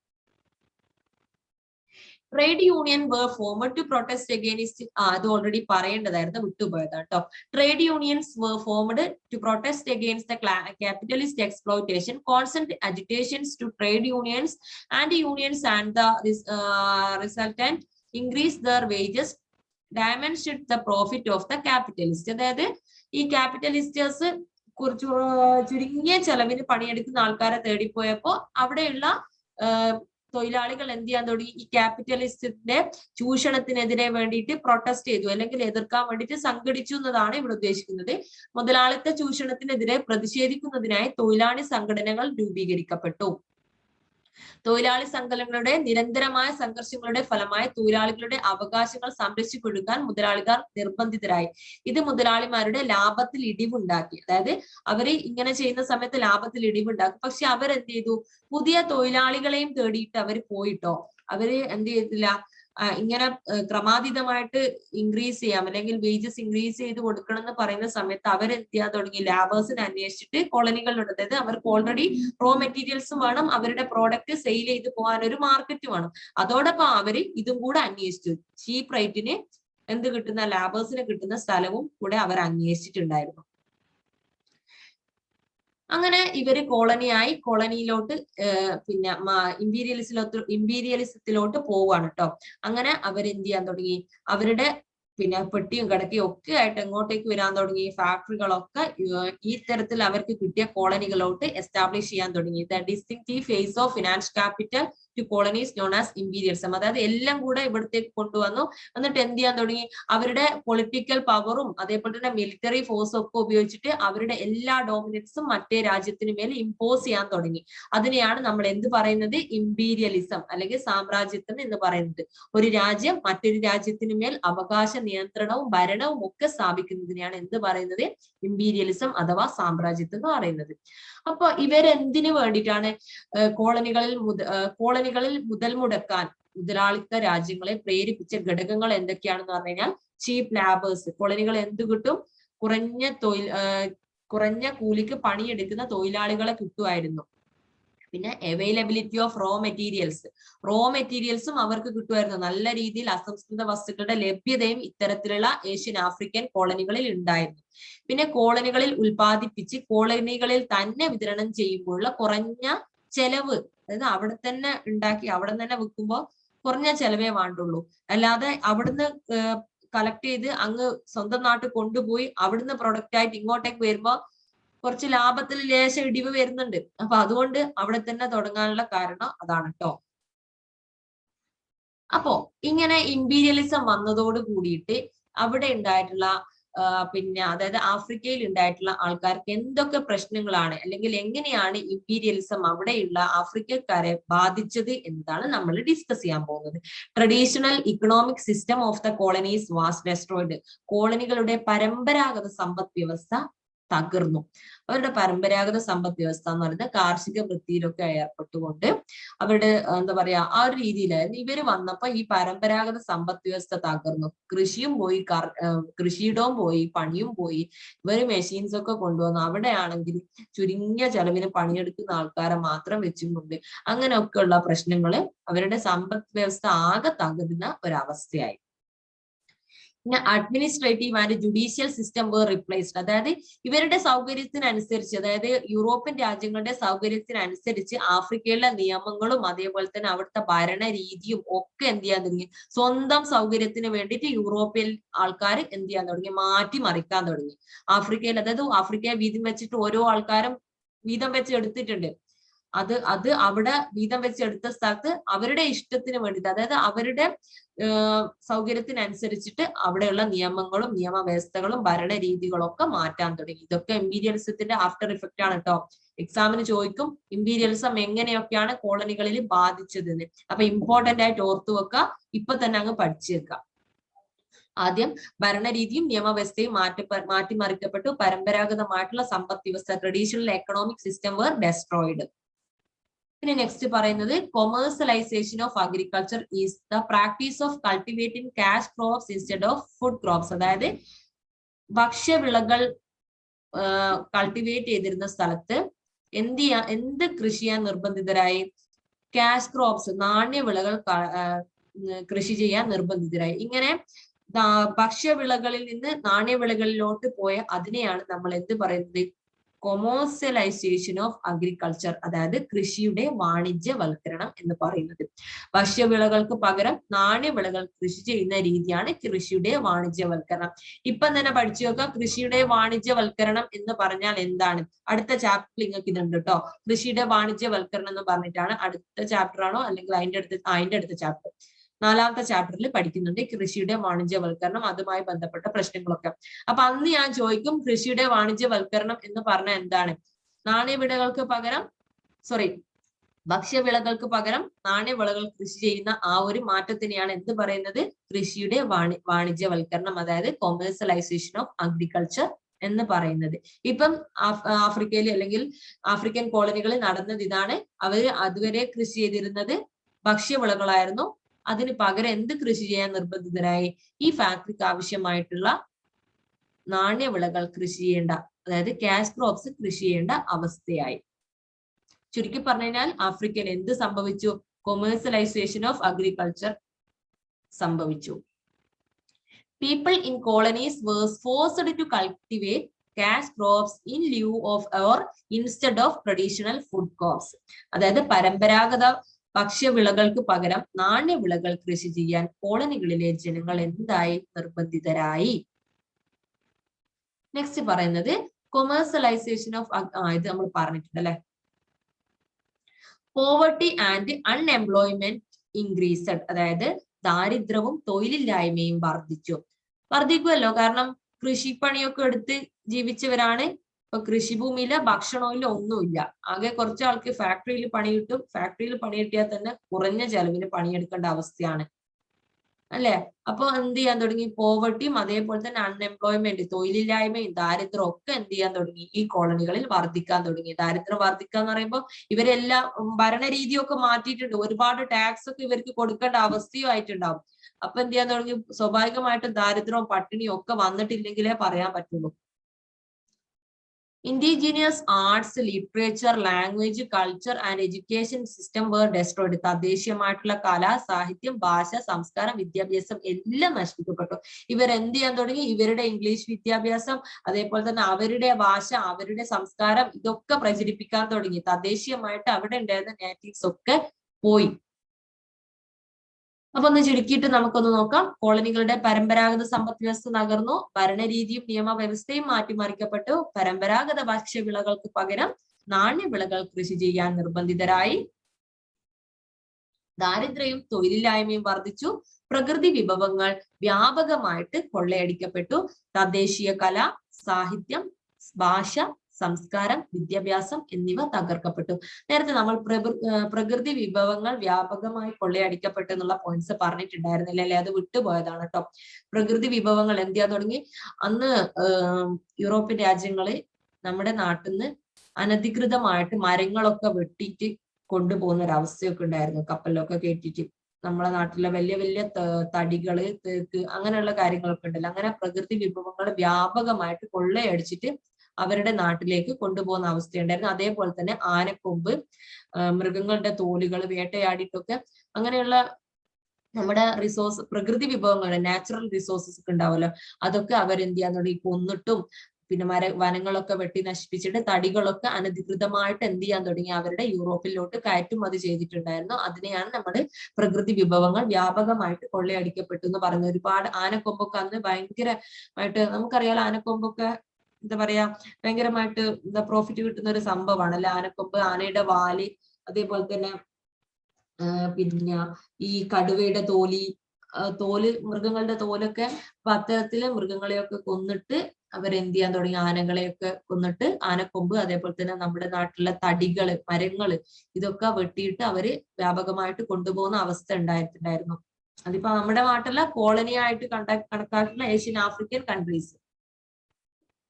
അപ്പൊ ഇംഗ്ലീഷില് traditional economic system of the colonies was destroyed, administrative and judicial system were replaced. People in the colonies were forced to cultivate cash crops in lieu of traditional food crops. Poverty and unemployment increased. Natural resources were widely exploited. Indigenous arts, literature, language, culture, and education system were destroyed. മനസ്സിലായോ? ആയിനോ മക്കളെ? Yes, miss. Aslam, Nuhman, വേറൊരു കുട്ടിയും കൂടെ ഉണ്ടായിരുന്നല്ലോ, അഭിനവോ? മനസ്സിലായനോ അസ്ലം? അസ്ലം, അസ്ലമേ,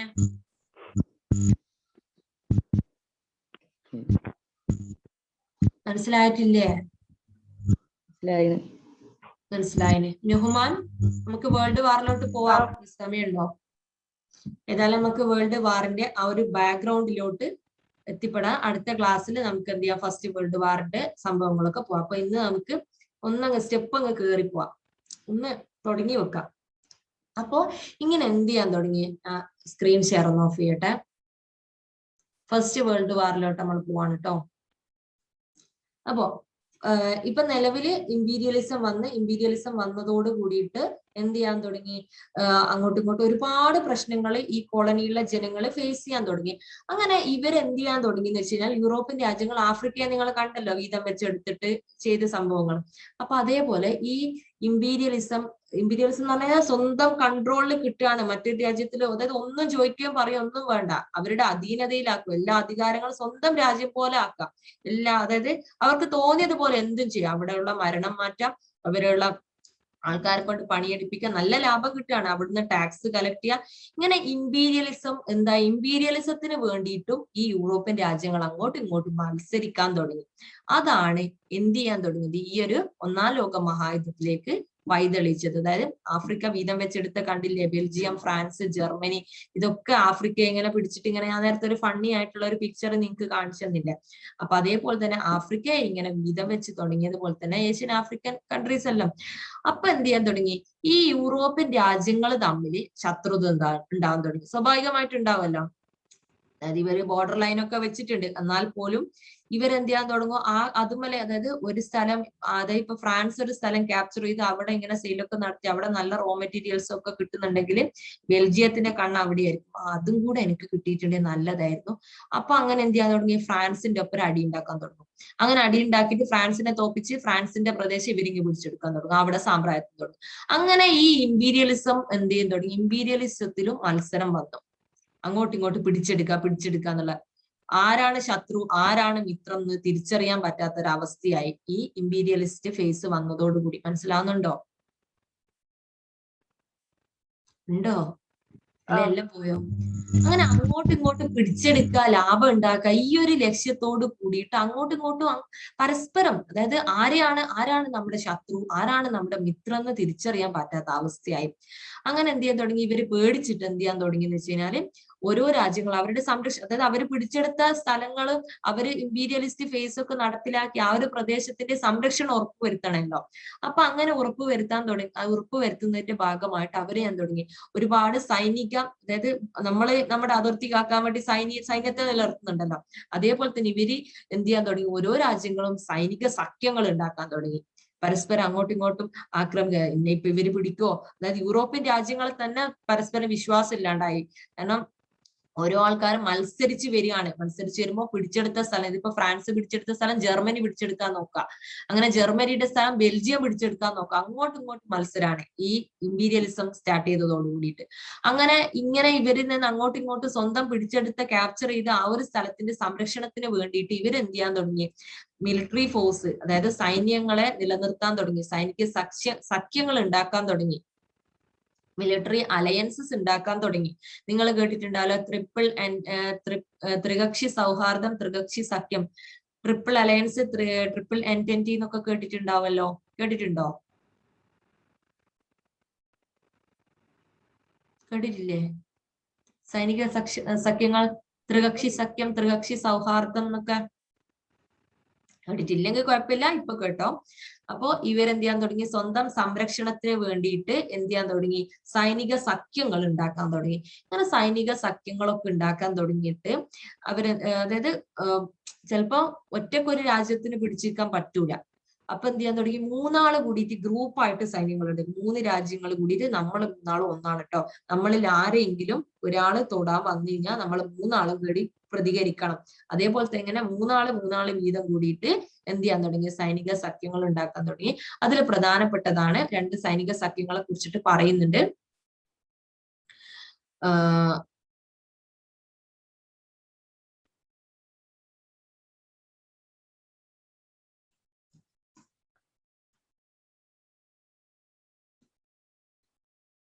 അതാണ് triple അലയൻസും triple എൻറ്റന്റിയും. Germany, Austria, Italy. Austria Hungary അത് ഒരു രാജ്യമായിട്ടാണ് കൺസിഡർ ചെയ്യുന്നത്. ജർമ്മനി, ഓസ്ട്രിയ, ഹംഗറി, ഇറ്റലി കൂടിയിട്ട് ത്രികക്ഷി സഖ്യം, അതായത് ട്രിപ്പിൾ അലയൻസും triple entente. England, France, Russia കൂടിയിട്ട് ത്രികക്ഷി സൗഹാർദ്ദവും. ഇങ്ങനെയുള്ള സൈനിക സഖ്യങ്ങൾ എന്തിനു വേണ്ടിയിട്ടാണ്? സ്വന്തം രാജ്യത്തിന്റെ സംരക്ഷണം ഉറപ്പുവരുത്താൻ വേണ്ടിയിട്ട്. പിന്നെ അത് മാത്രമല്ല, പരസ്പരം വിനാശകരമായിട്ടുള്ള ആയുധങ്ങളും ഇവരെന്ത് ചെയ്യാൻ തുടങ്ങി? ഉണ്ടാക്കാൻ തുടങ്ങി. എങ്ങാനും മറ്റു രാജ്യങ്ങൾ ആക്രമിക്കപ്പെടുകയാണെങ്കിൽ നമുക്ക് തിരിച്ചടിക്കണ്ടേ? അതിനു വേണ്ടിയിട്ടുള്ള കത്തിച്ചു കളയുന്ന അത്തരത്തിലുള്ള വിനാശകരമായിട്ടുള്ള ആയുധങ്ങൾ, ബോംബ് അങ്ങനെയുള്ള ഉണ്ടാവുമല്ലോ. നിങ്ങൾക്കറിയാലോ, ലിറ്റിൽ ബോംബ്, ഫാറ്റ്മാനൊക്കെ ഹിരോഷിമയിലും നാഗസാക്കിയിലും വേൾഡ് വാറിലൊക്കെ എറിഞ്ഞിട്ടുള്ള ബോംബുകൾ. അപ്പൊ അത്തരത്തിലുള്ള വിനാശകരമായിട്ടുള്ള ആയുധങ്ങളും കൂടി ഇവർ എന്ത് ചെയ്യാൻ തുടങ്ങി?